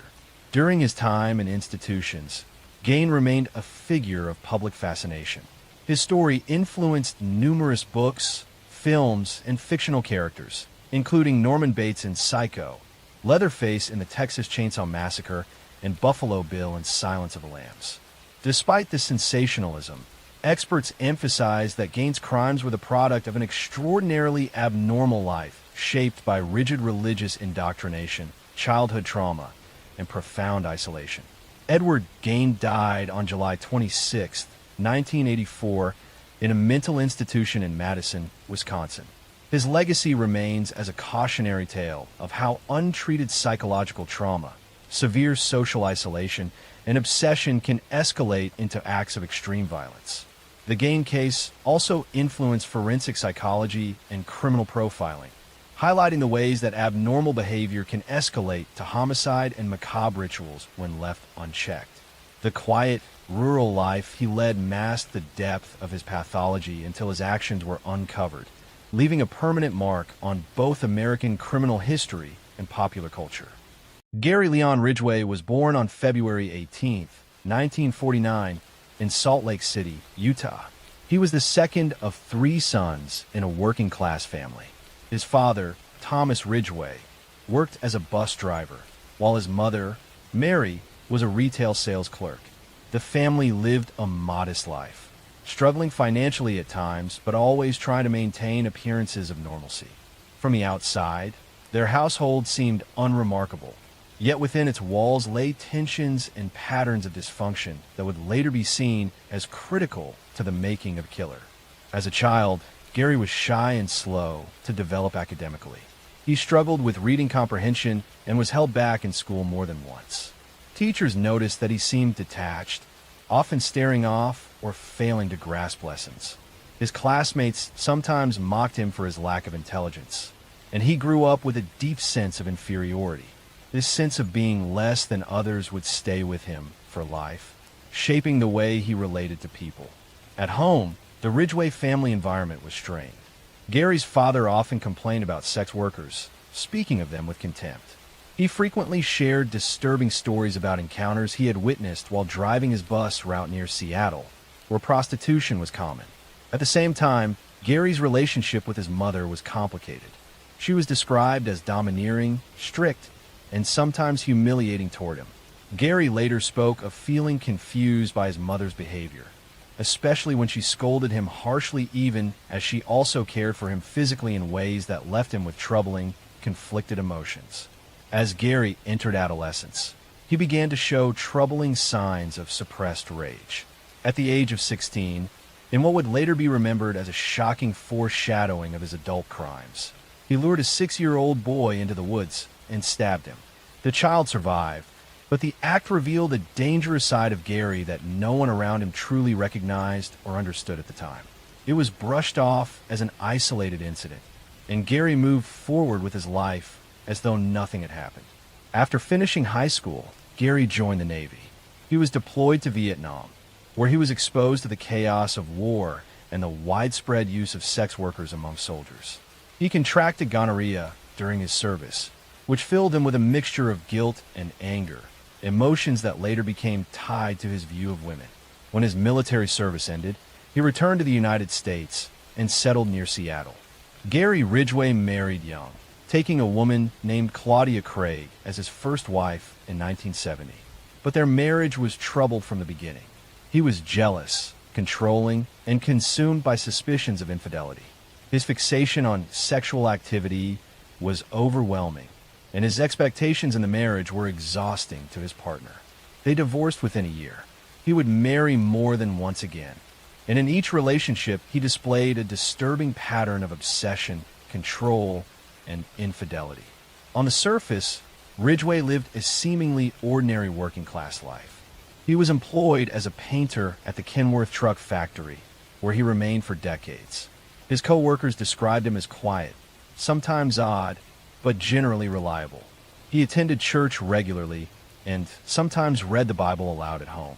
Yet beneath this facade of normalcy, he was nurturing dark fantasies and behaviors that would make him one of the most prolific serial killers in history. The murders that would later be attributed to him began in the early 1980s in the area surrounding the Green River near Seattle. In 1982, the body of a young woman was found in the river. Within weeks, more bodies were discovered, all of them women, many of them known to be sex workers or runaways. The victims were often strangled, sometimes with ligatures, and their bodies were left in wooded areas, ravines, or the river itself. The pattern became clear to investigators. They were dealing with a serial killer who targeted vulnerable women, lured them to his vehicle, murdered them, and then disposed of their bodies in clusters across the landscape. The press soon dubbed him the Green River Killer, a name that would haunt the Pacific Northwest for decades. The investigation quickly became one of the largest in American history. Task forces were formed, dozens of detectives and FBI profilers were assigned, and yet the killer remained elusive. Ridgway himself was interviewed as early as 1983. He admitted to knowing some of the victims and to picking up sex workers, but he was calm, cooperative, and passed a polygraph test. Without concrete evidence, the investigators let him go. Meanwhile, the bodies continued to accumulate. Throughout the 1980s, women kept vanishing from the Seattle area, many of them last seen near Pacific Highway South, a stretch of road notorious for prostitution. Their remains were later found in clusters in wooded dumping sites that Ridgway returned to more than once. He often revisited the corpses to perform acts of necrophilia, an element of his crimes that remained hidden until his eventual confessions. For years, the task force chased leads, investigated suspects, and tried new forensic methods. Among those who assisted was Robert Keppel, a detective who had previously investigated Ted Bundy. Bundy himself, sitting on death row in Florida at the time, even offered to help profile the Green River Killer. Bundy suggested that the killer likely revisited the bodies and that he chose vulnerable women because he knew their disappearances would draw less attention. At the time, investigators considered Bundy's insights, but still lacked the evidence to make an arrest. Ridgway's double life continued into the 1990s. He remarried, held his job steadily, and maintained a bland suburban existence. Neighbors described him as unremarkable, sometimes friendly, sometimes odd. Few suspected that the quiet man who mowed his lawn and attended barbecues was hiding the darkest of secrets. The break in the case came with the advancement of DNA technology. In the late 1990s and early 2000s, samples that had been preserved from the victims were tested using new methods. Semen found on several victims was matched conclusively to Gary Ridgway. In 2001, nearly 2 decades after the first murders, Ridgway was finally arrested. The arrest shocked those who knew him. Many could not reconcile the ordinary factory worker with the monstrous crimes. In custody, Ridgway eventually confessed to an astonishing number of murders. He admitted to killing at least 70 women, though he was only formally convicted of 49. His confessions revealed chilling details. He spoke matter-of-factly, with no visible remorse, explaining how he chose women he thought no one would miss, how he strangled them in his truck or home, and how he returned to their bodies long after their deaths. In 2003, Ridgway accepted a plea bargain that spared him the death penalty in exchange for full cooperation. He led investigators to previously undiscovered remains and described his methods in cold detail. The families of the victims attended hearings, listening as he recounted the deaths of their loved ones. For many, it was a devastating experience, but it also brought answers after decades of uncertainty. Ridgway was sentenced to life in prison without parole, serving his time at the Washington State Penitentiary. He remains there to this day, one of the most prolific serial killers in United States history. Story 2. John Wayne Gacy was born on March 17, 1942, in Chicago, Illinois, into a blue-collar family of Polish and Danish descent. His father, John Stanley Gacy, was a World War I veteran and auto repair machinist who carried the scars of alcoholism and a violent temper. His mother, Marion, was described as a kind and protective woman who tried to shield her children from the worst of their father's anger. John Wayne, known in the family simply as Johnny, was the second of 3 children, with 2 sisters who were close to him throughout his life. From an early age, Gacy's relationship with his father was one of fear and disappointment. The elder Gacy often belittled his son, calling him weak and stupid, mocking him for not being athletic, and sometimes beating him for minor infractions. Johnny longed for approval that never came. Even as he grew older and achieved small successes, his father dismissed him. His mother, on the other hand, offered him compassion and defended him from his father's abuse. But this only deepened the wedge between father and son. As a boy, Gacy suffered from health problems. He experienced fainting spells and was later diagnosed with a congenital heart condition that limited his ability to participate in sports. This weakness made him a target of bullying from peers and further scorn from his father, who saw physical strength as a mark of manhood. These early wounds of rejection and humiliation would stay with him for life. Despite his struggles, Gacy showed an ability to charm and make friends. He had a sociable nature and often tried to win people over with humor and friendliness. By his teenage years, he became active in community organizations, working in grocery stores, and showing leadership qualities that impressed many around him. Yet behind this affable exterior, he carried secrets of confusion about his identity, his desires, and his insecurities. After finishing high school, Gacy moved through a series of jobs, eventually finding work in management positions. He married his first wife, Marlyn Myers, in 1964, and the couple settled in Waterloo, Iowa, where her family owned a chain of Kentucky Fried Chicken restaurants. Gacy managed 3 of these restaurants, earning a good salary and presenting himself as a respectable young businessman. He joined the JCs, a civic organization where he rose quickly through the ranks, known for his enthusiasm and his ability to get others involved. But beneath this respectable exterior, Gacy harbored dark impulses. In 1968, he was charged with sexually assaulting a 15-year-old boy, an offense that shattered the image he had worked so hard to build. He was sentenced to 10 years in prison, and his wife divorced him, taking their 2 children and severing all ties. After serving just 18 months, Gacy was released in 1970 for good behavior. He returned to Chicago, determined to rebuild his life, but the seeds of his future crimes had already been planted. Back in Chicago, Gacy reinvented himself.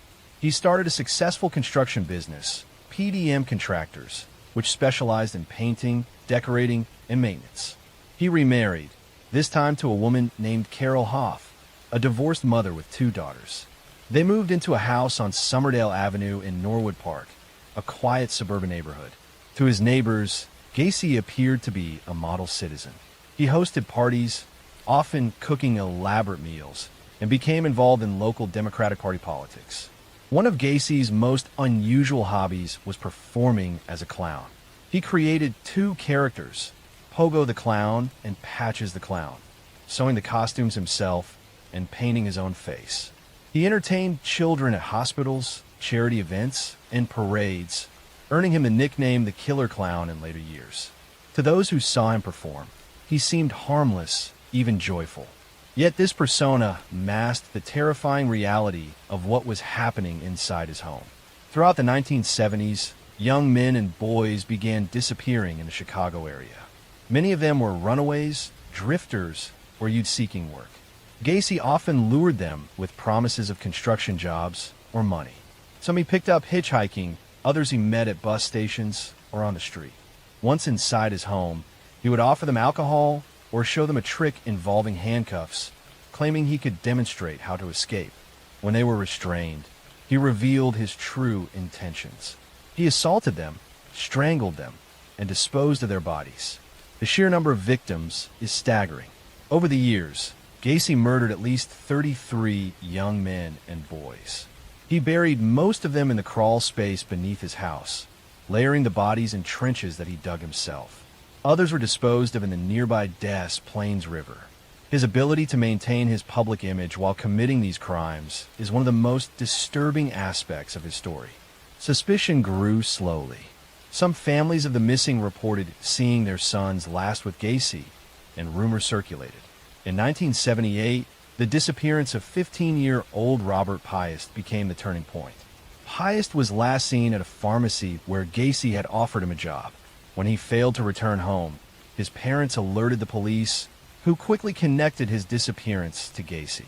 A surveillance operation was launched. Detectives followed Gacy, noting his erratic behavior and eventually obtaining a search warrant for his home. What they discovered shocked them. The smell of decomposition in the house was overwhelming. In the crawl space, they began to find bodies, one after another, buried in the earth. The scale of the crime was almost beyond comprehension. Gacy was arrested in December 1978. During questioning, he confessed in chilling detail to the murders. He spoke casually of how he killed the boys, describing them as if they were objects rather than human beings. The trial began in 1980 and lasted for weeks. The prosecution presented overwhelming evidence, while the defense tried to argue insanity. But the jury was unmoved.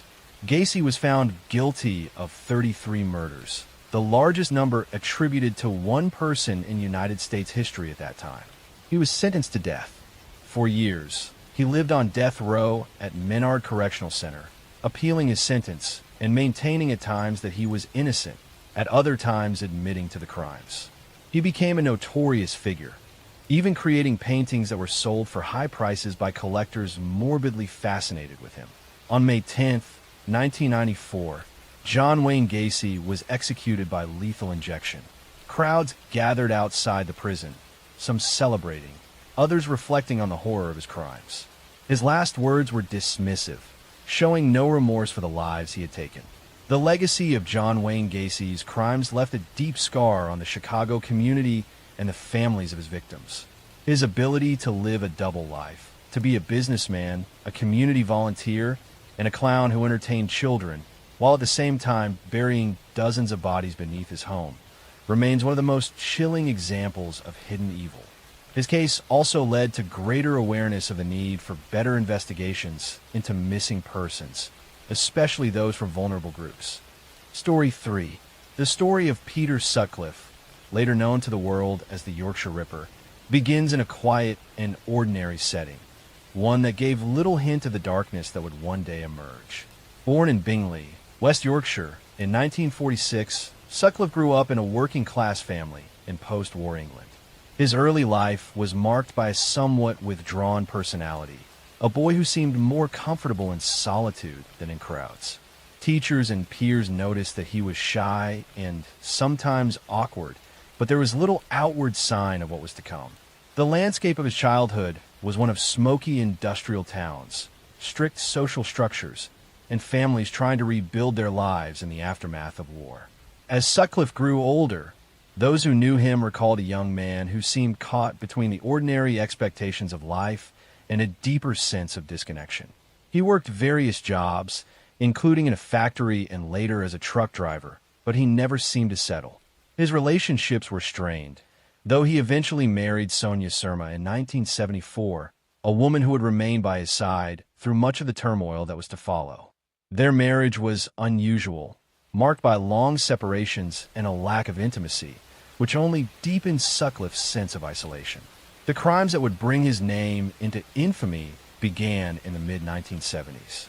Between 1975 and 1980, women in the north of England began to be attacked with shocking brutality. Many were sex workers, living vulnerable lives on the margins of society. Others were simply ordinary women going about their daily routines. The killings were marked by a distinctive pattern, with the use of a hammer and a sharpened instrument that inflicted terrible injuries. The attacks were sudden, frenzied, and deeply violent, leaving behind scenes of horror that confounded the police and terrified the public. The press quickly seized upon the fear, labeling the unknown killer the Yorkshire Ripper, an echo of the Victorian-era Jack the Ripper murders in London. The name stuck, and with it came a wave of public panic. Women across the north of England lived under a shadow of dread, avoiding nighttime travel, staying in groups, and fearing the possibility that the next victim could be anyone. The climate of fear grew so severe that it reshaped social life, particularly for women, and placed immense pressure on law enforcement to find the culprit. The investigation, however, was plagued by mistakes. The West Yorkshire Police launched one of the largest manhunts in British history, interviewing thousands of men, compiling endless files of information, and struggling under the weight of both public expectation and their own internal errors. A major setback came in the form of the so-called Wearside Jack hoax. A man with a strong Sunderland accent sent letters and tapes to the police claiming to be the killer. The police, convinced of the authenticity of the recordings, diverted significant resources to focus on suspects with similar accents. In reality, the letters and tapes were fraudulent, later proven to have been sent by John Samuel Humble, a man with no connection to the actual murders. This misdirection allowed Sutcliffe to continue his killings while the investigation drifted off course. By the end of the decade, the list of victims had grown. Women such as Wilma McCann, Emily Jackson, Irene Richardson, Patricia Atkinson, Jane MacDonald, and many more had lost their lives in horrifying circumstances. Some victims were young women with children, others elderly, some students or shop assistants. Each case carried with it grief and devastation for families and communities, while the broader society lived with the constant unease of not knowing when or where the killer would strike next. Despite being interviewed by the police multiple times, Sutcliffe managed to avoid capture. He explained away inconsistencies, charmed his way out of suspicion, and benefited from the disorganization of the investigation. Files were misplaced, connections were overlooked, and the sheer scale of the inquiry left gaps through which Sutcliffe slipped repeatedly. The frustration of the detectives mounted, and the anger of the public grew. Women's rights groups organized protests, demanding greater safety and accountability, and criticizing the police for failing to protect the vulnerable. The breakthrough finally came in January 1981. Sutcliffe was arrested in Sheffield after police officers noticed false number plates on his car. Inside the vehicle, they discovered tools that connected him to the series of murders. Further investigation revealed bloodstains, weapons, and other evidence that left little doubt as to his guilt. Once in custody, Sutcliffe confessed to many of the murders, speaking in a detached an almost casual manner that shocked investigators. He claimed that he had been commanded by voices, a supposed divine directive to rid the world of prostitutes. Whether this was a genuine delusion or an attempt to craft a defense is still debated, but it became a central element of his trial. In May 1981, Sutcliffe stood trial at the Old Bailey. The proceedings gripped the nation as the court heard testimony about the murders, the botched investigation, and Sutcliffe's mental state. His defense argued diminished responsibility, claiming he suffered from paranoid schizophrenia. However, the jury rejected this, and Sutcliffe was convicted of 13 counts of murder and 7 counts of attempted murder. He was sentenced to 20 concurrent life terms in prison, a sentence later upgraded to a whole life tariff, ensuring that he would never be released. The aftermath of the case left lasting scars on British society. Families of the victims struggled with grief for decades, while the surviving victims bore the trauma of their attacks. The failures of the police investigation led to a major public inquiry, which criticized the West Yorkshire police for their mishandling of the case and recommended sweeping reforms. The Wearside Jack hoaxer was eventually unmasked and imprisoned years later, adding another tragic dimension to the story of misdirection and lost lives. Sutcliffe himself spent the rest of his life in custody, moving between prisons and psychiatric facilities. He was attacked several times by fellow inmates and lived under heavy guard. His health declined in later years, and he died in 2020 after contracting COVID-19, bringing an end to the life of a man whose crimes had cast a shadow over an entire generation. The story of the Yorkshire Ripper remains one of the most haunting chapters in British criminal history. It is a tale not only of violence and cruelty, but also of systemic failure, public fear, and the resilience of those who demanded justice. It reveals how the actions of one man can alter the lives of countless others, and how institutions meant to protect can falter under pressure. For decades, it has served as a cautionary reminder of the need for vigilance, fairness, and the protection of society's most vulnerable. Story 4. The story of Richard Ramirez, who would become infamously known as the Night Stalker, begins far from the bright lights of Los Angeles, in El Paso, Texas, where he was born in February 1960. He grew up in a troubled household, the youngest of 5 children in a working-class Mexican-American family. His father was strict and often abusive, and young Richard, called Richie by his family, began spending long hours away from home to avoid conflict. He slept in cemeteries as a child, he wandered the streets at night, and he grew up surrounded by influences that were anything but stable. From an early age, Ramirez was exposed to violence and darkness that would shape him forever.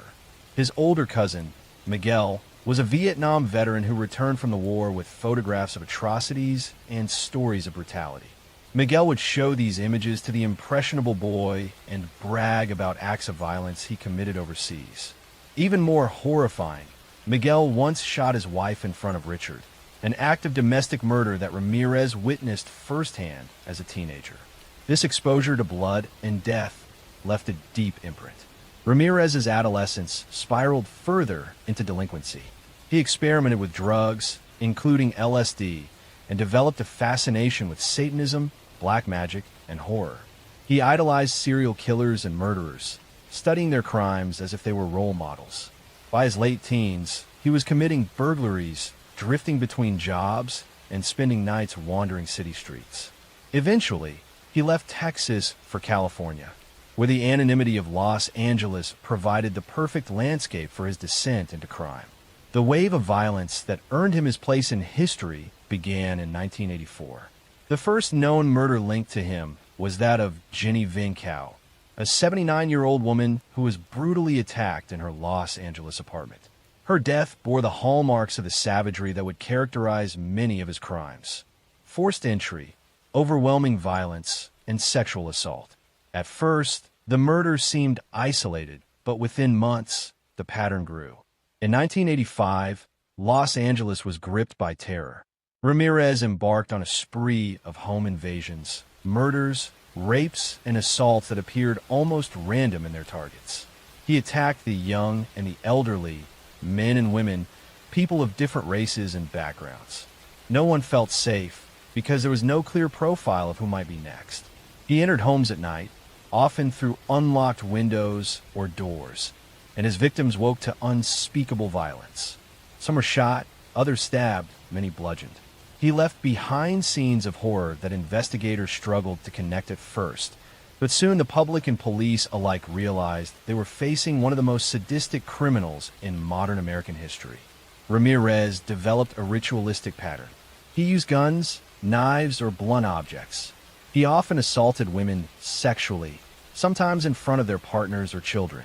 He forced his victims to swear to Satan, leaving behind pentagrams drawn in lipstick or carved into skin. The press seized on these satanic connections, fueling fear that the Night Stalker was not merely a murderer, but part of something even darker. The city of Los Angeles descended into paranoia. Hardware stores sold out of locks and guns. People double-bolted doors, installed alarms, and slept with weapons nearby. The heat of the summer in 1985 made this even more difficult, as residents kept their windows closed in fear. Every creak of the night became a cause for panic. The randomness of Ramirez's targets made him particularly terrifying. Unlike other killers who focused on specific types of victims, Ramirez struck without pattern, so no one felt safe. The police worked tirelessly, but Ramirez proved elusive. He used stolen cars, switched weapons, and left behind little that could lead directly to him. He killed in Los Angeles, but also traveled north to San Francisco, committing murders there as well, widening the scope of the hunt. A breakthrough came when a fingerprint lifted from a stolen car matched Richard Ramirez, whose criminal record included prior arrests. His face was soon plastered across newspapers and television screens, and the entire state knew his name. The capture of Richard Ramirez was almost cinematic in its drama. In August 1985, a resident in East Los Angeles recognized Ramirez from a newspaper photo. By chance, Ramirez had entered a local store and noticed his own face staring back at him from headlines. He attempted to flee, but was chased by a group of local residents. They cornered him, beat him, and held him down until police arrived. The Night Stalker had been brought down not by elite detectives, but by ordinary citizens who refused to let him escape. His trial was one of the most sensational in American history. Beginning in 1989, it stretched on for months, marked by shocking testimony, graphic evidence, and Ramirez's own disturbing behavior. He frequently flashed a pentagram drawn on his hand, shouted "Hail Satan" in court, and showed no remorse. His demeanor made him both feared and strangely idolized. Some followers wrote him love letters and attended his trial, drawn to his image as a dark antihero. But for the families of his victims, the trial was an agonizing ordeal, forcing them to relive the horrors inflicted by a man who seemed to revel in their pain. Ultimately, Ramirez was convicted of 13 murders, 5 attempted murders, 11 sexual assaults, and 14 burglaries. The evidence was overwhelming, and the jury sentenced him to death. He was sent to San Quentin State Prison, where he would remain for the rest of his life. Even in prison, Ramirez remained a figure of fascination and revulsion. He married a woman who had written to him while incarcerated, though their relationship eventually faded. He lived under the shadow of execution for more than 2 decades, appealing his conviction but never escaping his fate. In 2013, before his death sentence could be carried out, he died of complications related to B-cell lymphoma, ending his life behind bars. The legacy of Richard Ramirez's crimes is one of terror, sorrow, and unanswered questions. His victims and their families live with scars that never fully heal. The communities he terrorized remember the summer of 1985 as a time when fear was constant, when the Night Stalker seemed to be everywhere and nowhere at once. His case also changed the way Americans understood crime, highlighting the vulnerability of ordinary households and the randomness of violence. The Night Stalker remains a chilling symbol of predatory cruelty, a man whose actions revealed the darkest corners of human capability. His story endures not because of who he was, but because of the devastating impact he had on countless innocent lives, and a reminder of how fragile safety can be when confronted with evil. Story 5.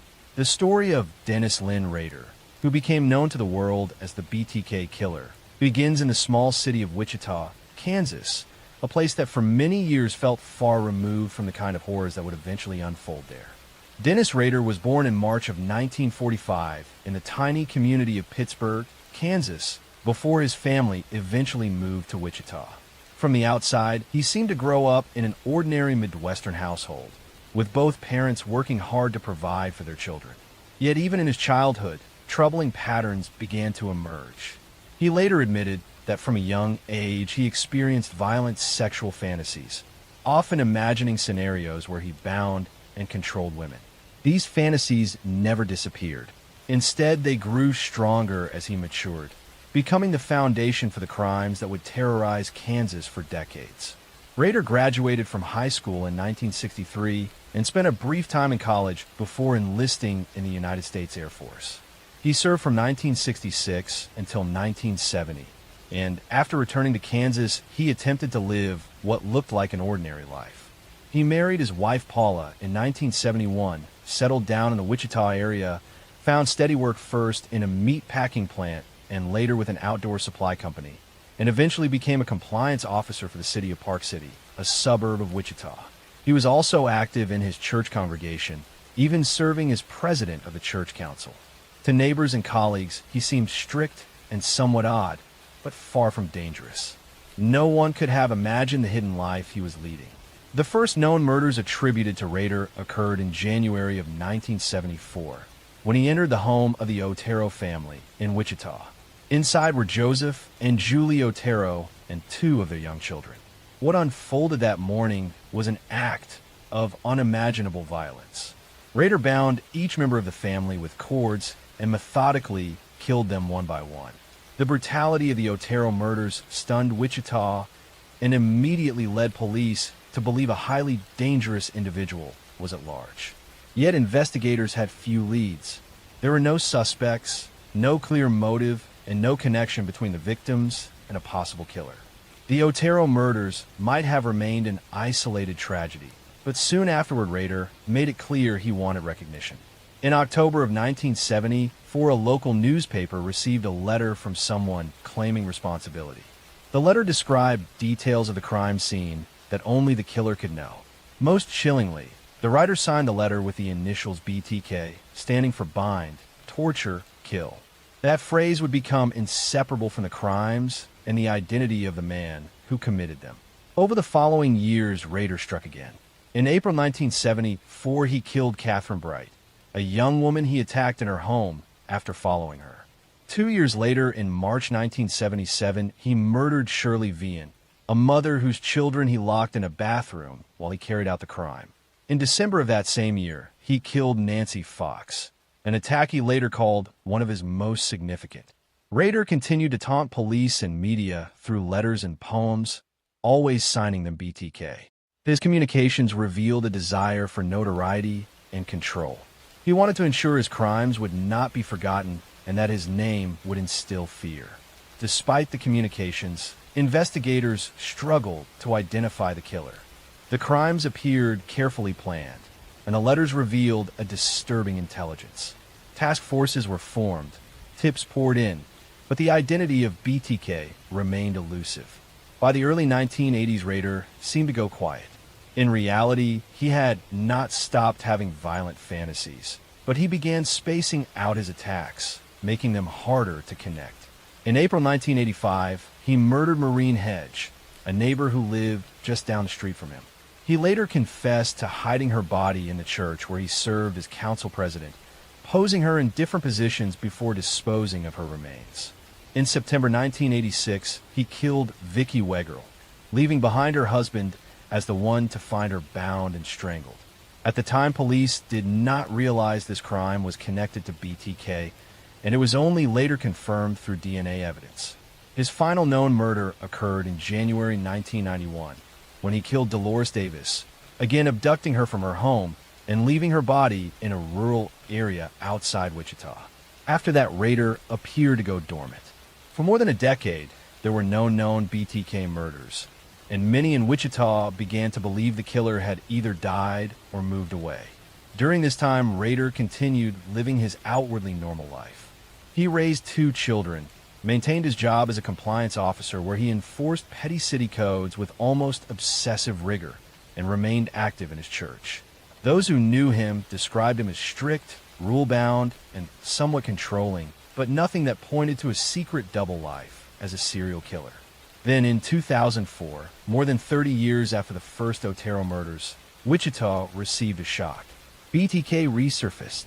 A local television station received a package containing photographs and a copy of Vicky Wedrell's driver's license, stolen from the crime scene years earlier. This was undeniable proof that the killer was still alive and wanted attention once again. Over the next year, a series of communications arrived at media outlets and police, all from BTK. He sent packages containing crime scene items, letters describing his actions, and puzzles meant to taunt investigators. These new communications proved to be Rader's undoing. In one package, he asked police if they could trace information from a computer floppy disk. Investigators responded publicly through a newspaper ad suggesting it would be safe.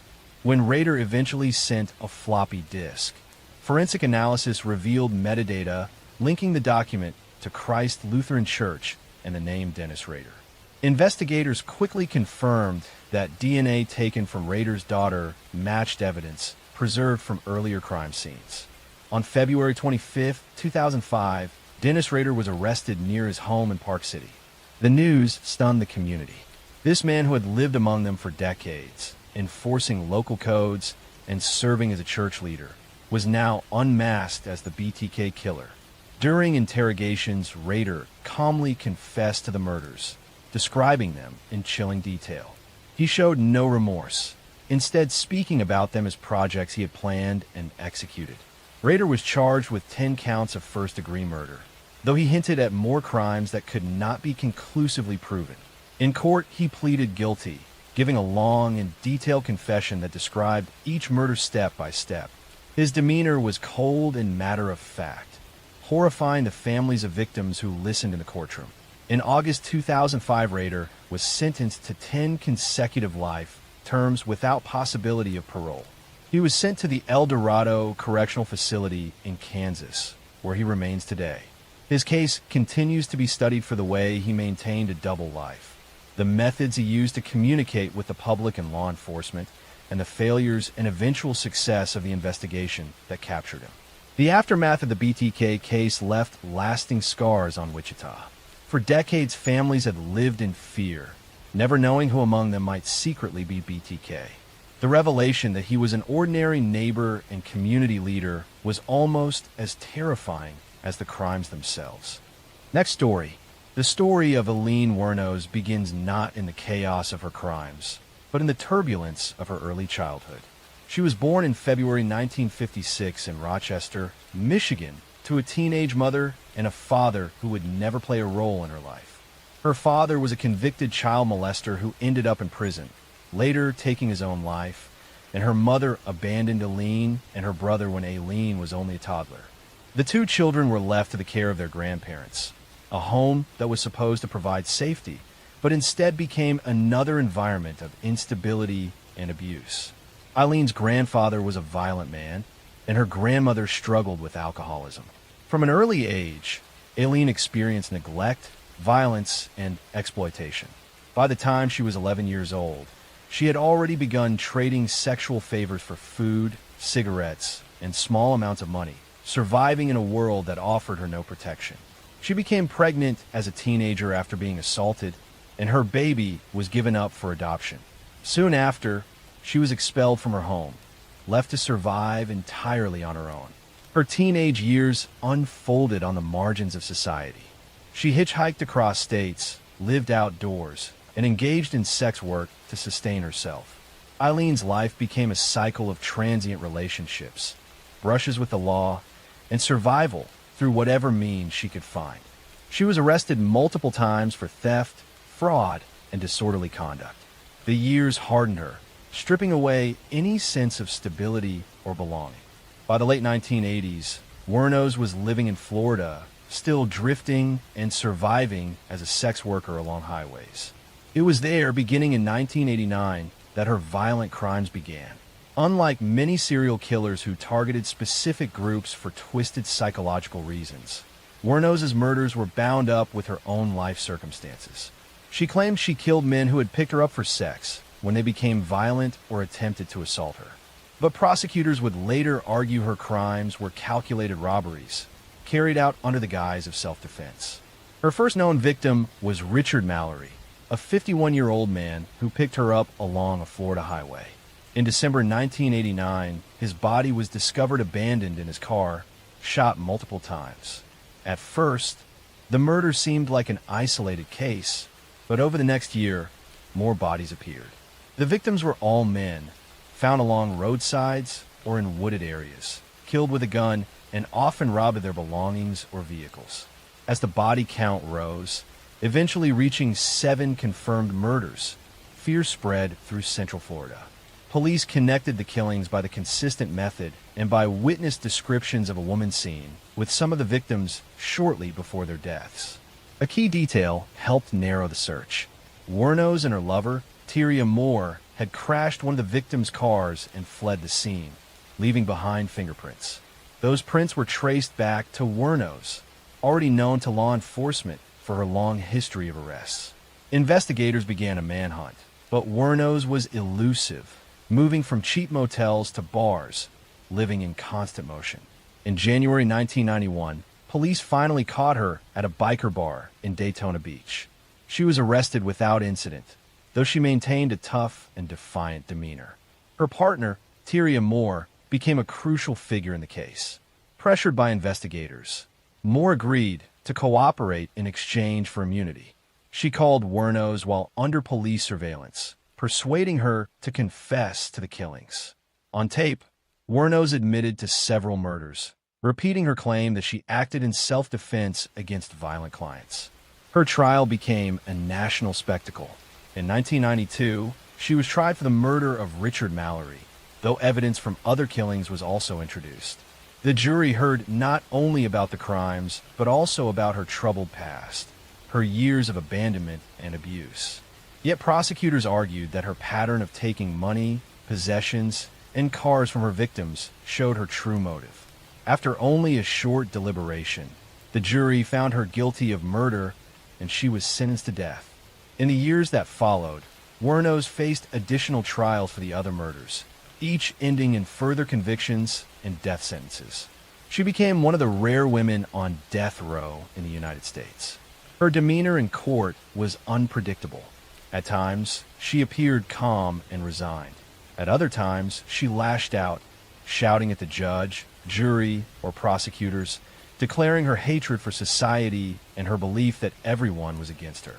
Wuornos' story drew wide attention, not just because of her crimes, but because of the complicated questions they raised. Some saw her as a victim of abuse and exploitation, a woman who had been failed by every institution meant to protect her, whose violence was an extension of the violence inflicted upon her. Others saw her as a cold-blooded killer who preyed on men and used her history as an excuse. Her life and crimes became the subject of documentaries, books, and eventually the film Monster, which dramatized her story. But behind the media portrayal was a woman who lived nearly her entire life in pain, anger, and alienation. On October 9th, 2002, Aileen Wuornos was executed by lethal injection at Florida State Prison. She was 46 years old. In her final moments, she gave a rambling statement, referencing outer space, Armageddon, and her belief that she would return. She died quickly, ending a life that had been marked from childhood by violence and instability. The legacy of Aileen Wuornos remains controversial. To some, she symbolizes how cycles of abuse and neglect can create a person capable of great harm. To others, she is remembered simply as a killer who took innocent lives. What is undeniable is that her story stands apart in the history of American crime. A rare example of a female serial killer whose crimes gripped the nation and left behind endless debate about justice, responsibility, and the roots of violence. Her life reminds us how deeply environment and trauma can shape a person, but also how society struggles to reconcile sympathy with accountability. For her victims and their families, the question of motive mattered little compared to the irreversible loss they suffered. For true crime history, the name Aileen Wuornos remains forever etched as both a cautionary tale and a chilling story of violence born from a life of suffering. Next story. The story of John Wayne Gacy begins in the suburbs of Chicago, where he was born in March 1942 to a working-class family. From the outside, his childhood seemed ordinary, but behind closed doors, life was harsh and unforgiving. His father was an alcoholic with a violent temper who regularly belittled and beat him. His mother, though more nurturing, could not shield him from the constant abuse. Gacy grew up desperate for approval, especially from his father, yet he rarely received anything but criticism. As a child, Gacy suffered from health problems, including a heart condition that limited his physical activity. He often felt like an outsider, excluded from sports and overshadowed by his father's disdain. But beneath his fragile health and troubled home life, Gacy began developing the traits that would later define him: charm, manipulation, and a hunger for recognition. By his teenage years, Gacy began finding ways to fit in socially. He was known as friendly and eager to help, often volunteering for school and community projects. But his personal life already carried shadows. He struggled with his sexuality, something he kept hidden at a time when homosexuality was harshly judged. His need to maintain a public image while concealing his private desires would become a recurring theme throughout his life. In early adulthood, Gacy drifted into sales and business management, where his charisma proved useful. He was ambitious, eager to prove himself, and capable of winning people over. But cracks appeared quickly.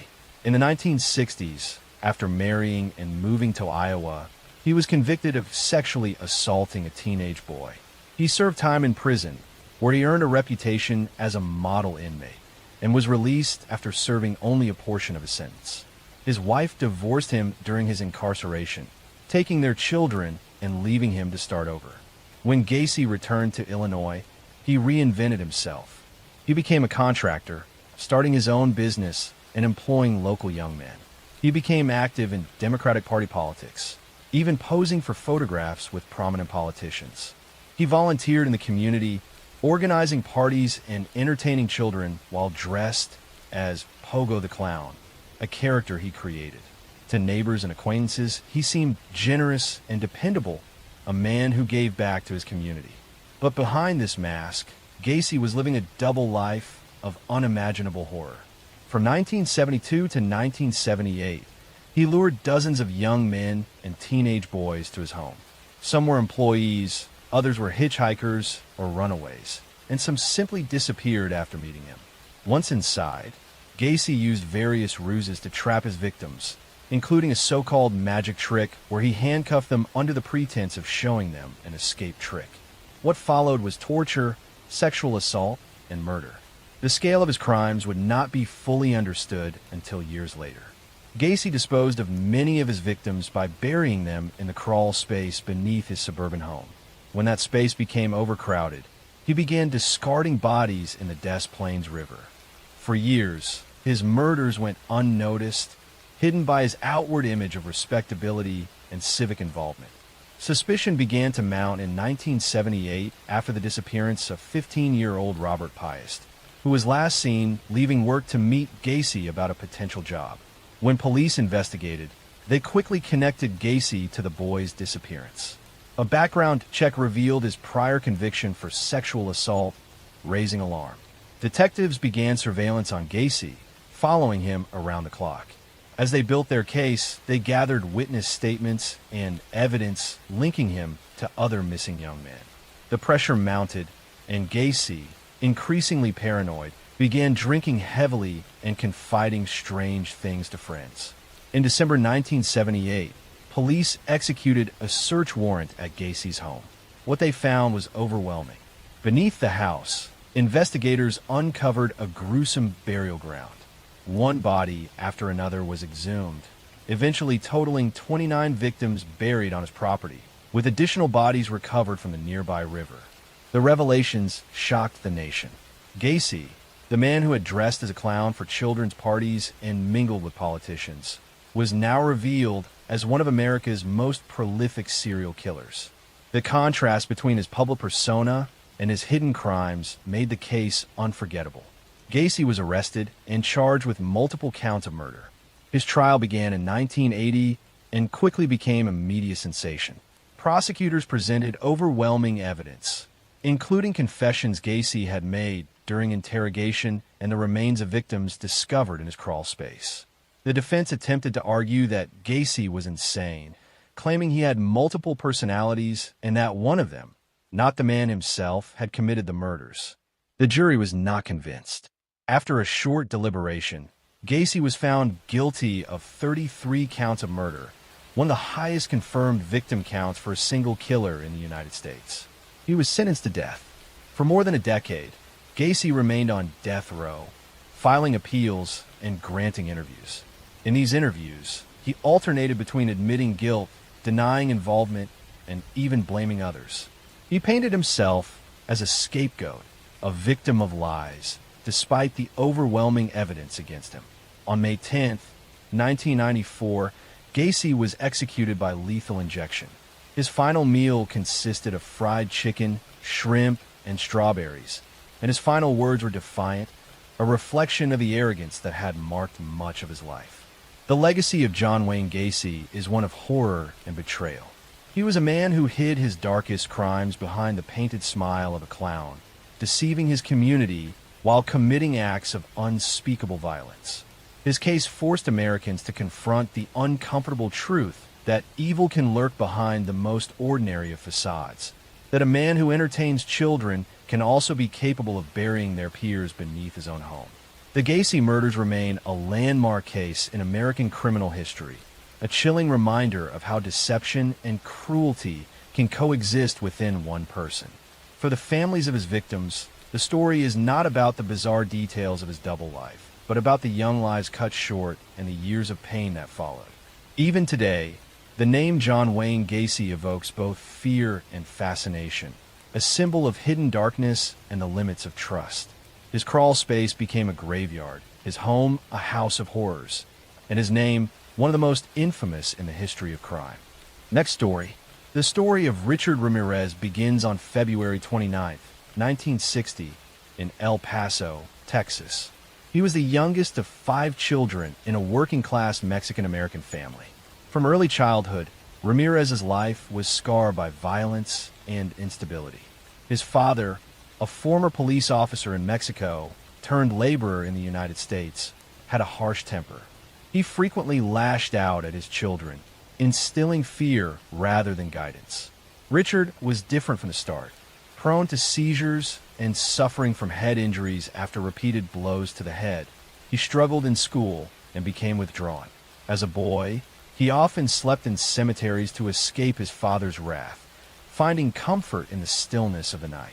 But what might have been a shy, troubled boy soon began sliding towards something darker. A major influence in Ramirez's life was his older cousin, Miguel, a Vietnam War veteran who returned home deeply scarred by combat. Miguel shared stories of brutal violence and even showed Richard photographs of Vietnamese women he claimed to have assaulted and killed. He glorified cruelty, and to a young Richard, these stories became lessons rather than warnings. When Richard was just 13, he witnessed Miguel shoot and kill his own wife during a domestic argument. Instead of recoiling from the horror, Ramirez seemed fascinated, absorbing it as part of his twisted education. By his teenage years, Ramirez had begun experimenting with drugs, particularly marijuana and LSD, while developing an obsession with Satanism. He gravitated toward darker influences in music, art, and literature. Petty crime became a routine, and he eventually dropped out of high school. He left Texas for California, where he slipped into a transient lifestyle of theft, drugs, and aimlessness.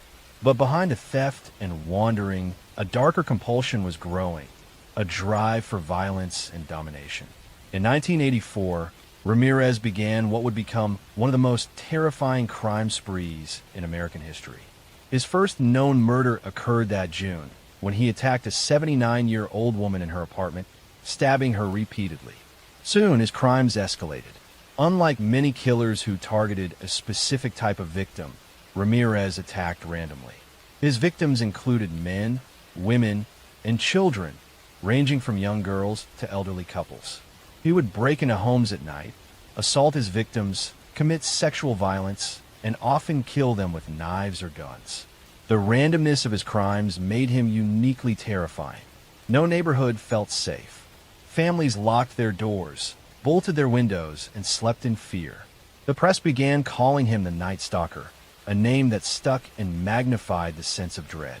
Ramirez reveled in the fear he created. During his attacks, he invoked Satan, leaving behind symbols and shouting phrases that amplified his image as a disciple of evil.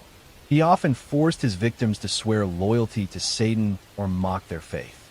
His methods were cruel and chaotic, sometimes shooting his victims, sometimes stabbing them, sometimes bludgeoning them.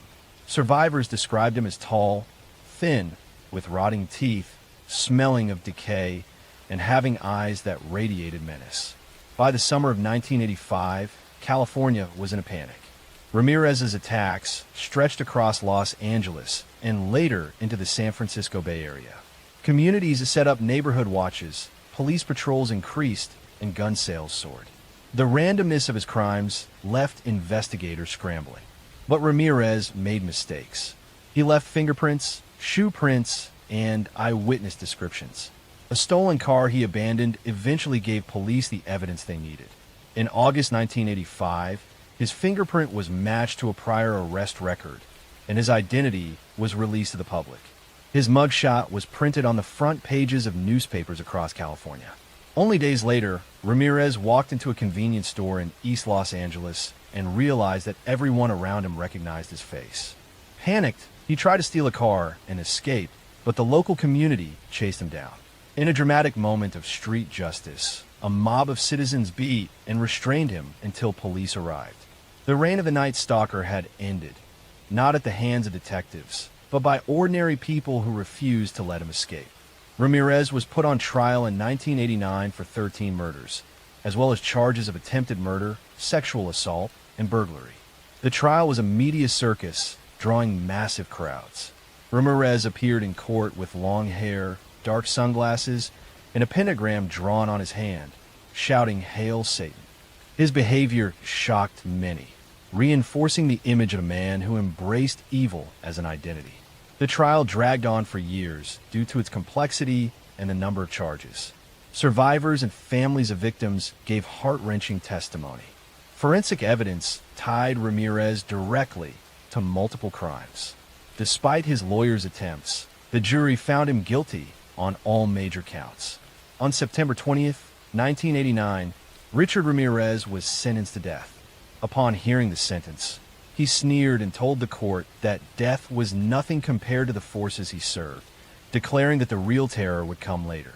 Ramirez was sent to San Quentin State Prison, where he remained on death row for more than 2 decades. During his imprisonment, he developed a following of admirers, some drawn to his notoriety, others captivated by his embrace of Satanism. In 1996, he even married a freelance magazine editor who had become obsessed with him. But his life ended not with execution, but with illness. On June 7, 2013, at the age of 53, Richard Ramirez died of complications related to lymphoma while still awaiting execution. The Night Stalker case remains one of the most infamous in American history. Ramirez's crimes were not only about murder, but about terror itself. Striking randomly, violating the sanctity of homes, and leaving behind communities paralyzed with fear. He embodied the nightmare of a predator who could come for anyone, at any time, without reason or pattern. For Californians who lived through that summer of 1985, the memory of locking doors, checking windows, and listening for noises in the dark remains vivid. Richard Ramirez left scars not only on his victims and their families, but on an entire state that lived under his shadow.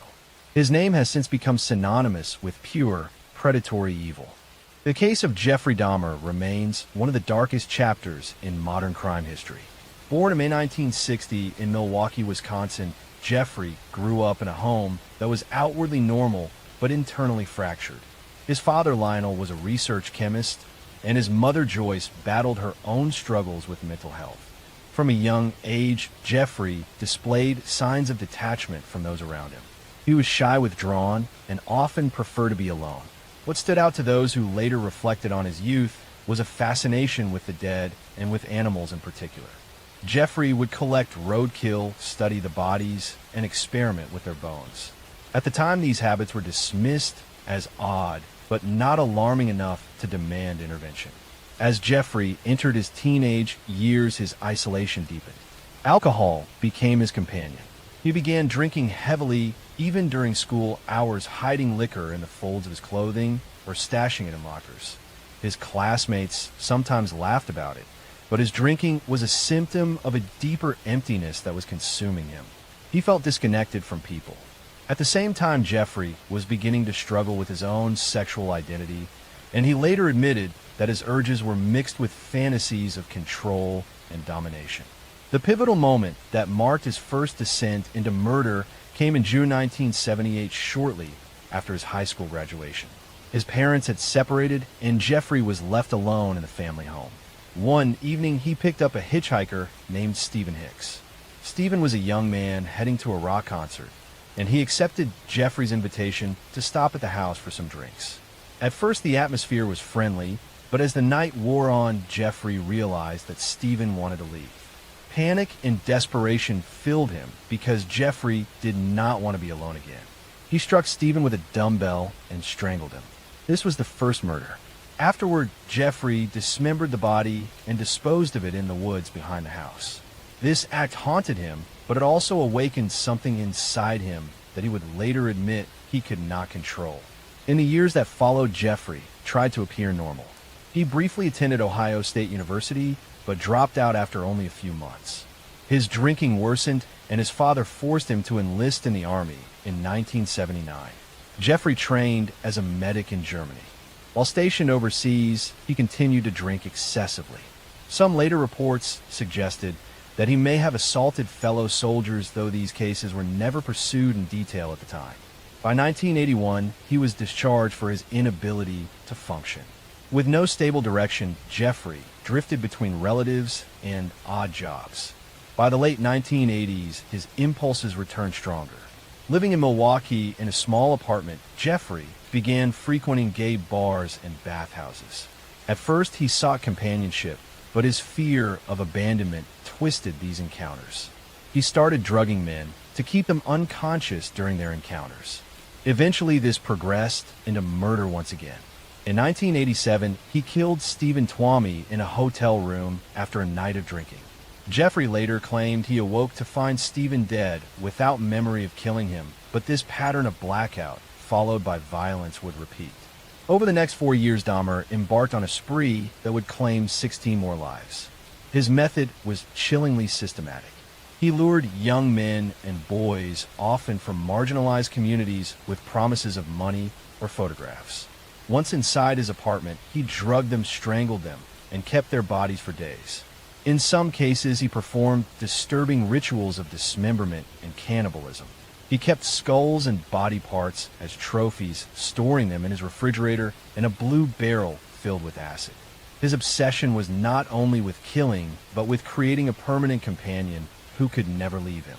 He attempted crude experiments of drilling holes into the skulls of victims and injecting chemicals in hopes of creating a compliant zombie-like partner. Despite the horror unfolding inside his apartment, Jeffrey remained surprisingly unnoticed. Several near escapes highlight the tragic failures of authorities.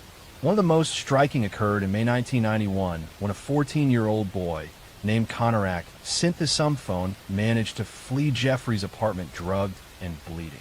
Neighbors called police when they saw the boy wandering incoherently. Officers arrived, but Jeffrey convinced them that Konarak was his adult lover and that it was a private matter. The police accepted this explanation and left the boy in Jeffrey's custody. Within an hour, Jeffrey had killed him. These failures allowed Dahmer to continue his crimes until July 22nd, 1991, when another intended victim, Tracy Edwards, managed to escape. Edwards was lured to the apartment, but once inside, he noticed the smell and saw the strange surroundings. Jeffrey attempted to handcuff him, but Edwards fought back and fled through the door. He stopped police officers on patrol and led them back to the apartment. When police entered, they discovered photographs of dismembered bodies, and soon after the full extent of Jeffrey's actions was revealed. The arrest shocked the nation. Neighbors who had complained of foul smells and odd noises were horrified to learn what had been happening next door. The investigation uncovered remains of multiple victims, as well as the tools and containers Jeffrey had used. His calm demeanor during questioning unsettled investigators. He openly admitted to the murders, describing his rituals in clinical detail. For the families of the victims, the revelations were devastating. Many of them were already living in difficult social and economic circumstances and now had to endure the public exposure of their loved ones' deaths. The trial began in January 1992 and drew international attention. Jeffrey pleaded guilty but insane. His defense argued that his mental illness drove his uncontrollable urges. The prosecution maintained that he knew exactly what he was doing and that he carefully planned his actions. After weeks of testimony, including graphic evidence, the jury found him guilty on 15 counts of murder. He was sentenced to 15 consecutive life terms totaling nearly 1,000 years in prison. Prison did not bring peace. Jeffrey initially lived quietly behind bars, reading the Bible and speaking to chaplains. Yet other inmates viewed him with contempt. He sometimes mocked guards and prisoners by shaping his food into body parts, as if to relive his crimes.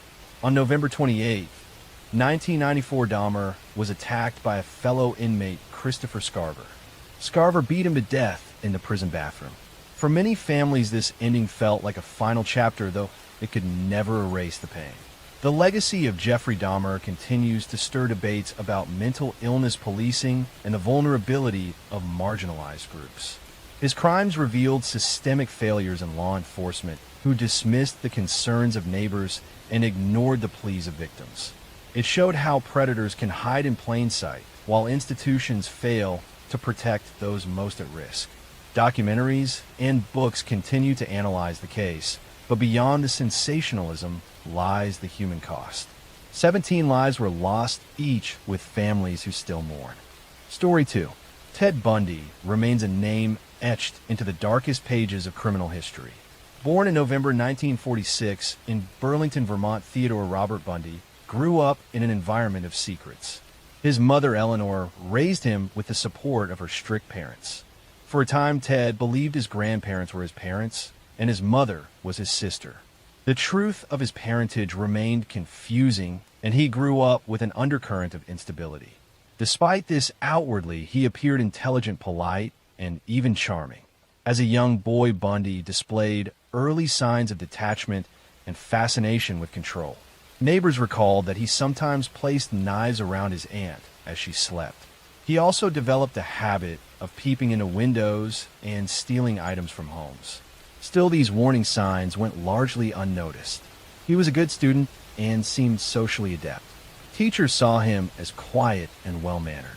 In the 1960s, Bundy attended the University of Washington in Seattle. There he studied psychology and became politically active, volunteering for campaigns and working a crisis hotline. Colleagues at the hotline would later recall his calm voice and apparent empathy for callers in distress. Nobody suspected that he was already harboring violent fantasies. Bundy's murders began in the early 1970s, though it is believed he may have killed earlier. He targeted young women, often students who resembled a former girlfriend he felt deeply rejected by. He would approach them in public places pretending to be injured or in need of help. Sometimes he wore a sling or used crutches. When kind strangers offered assistance, he would lead them to a secluded area and attack. His earliest confirmed victims were in Washington state. In 1974, a series of disappearances began to alarm police.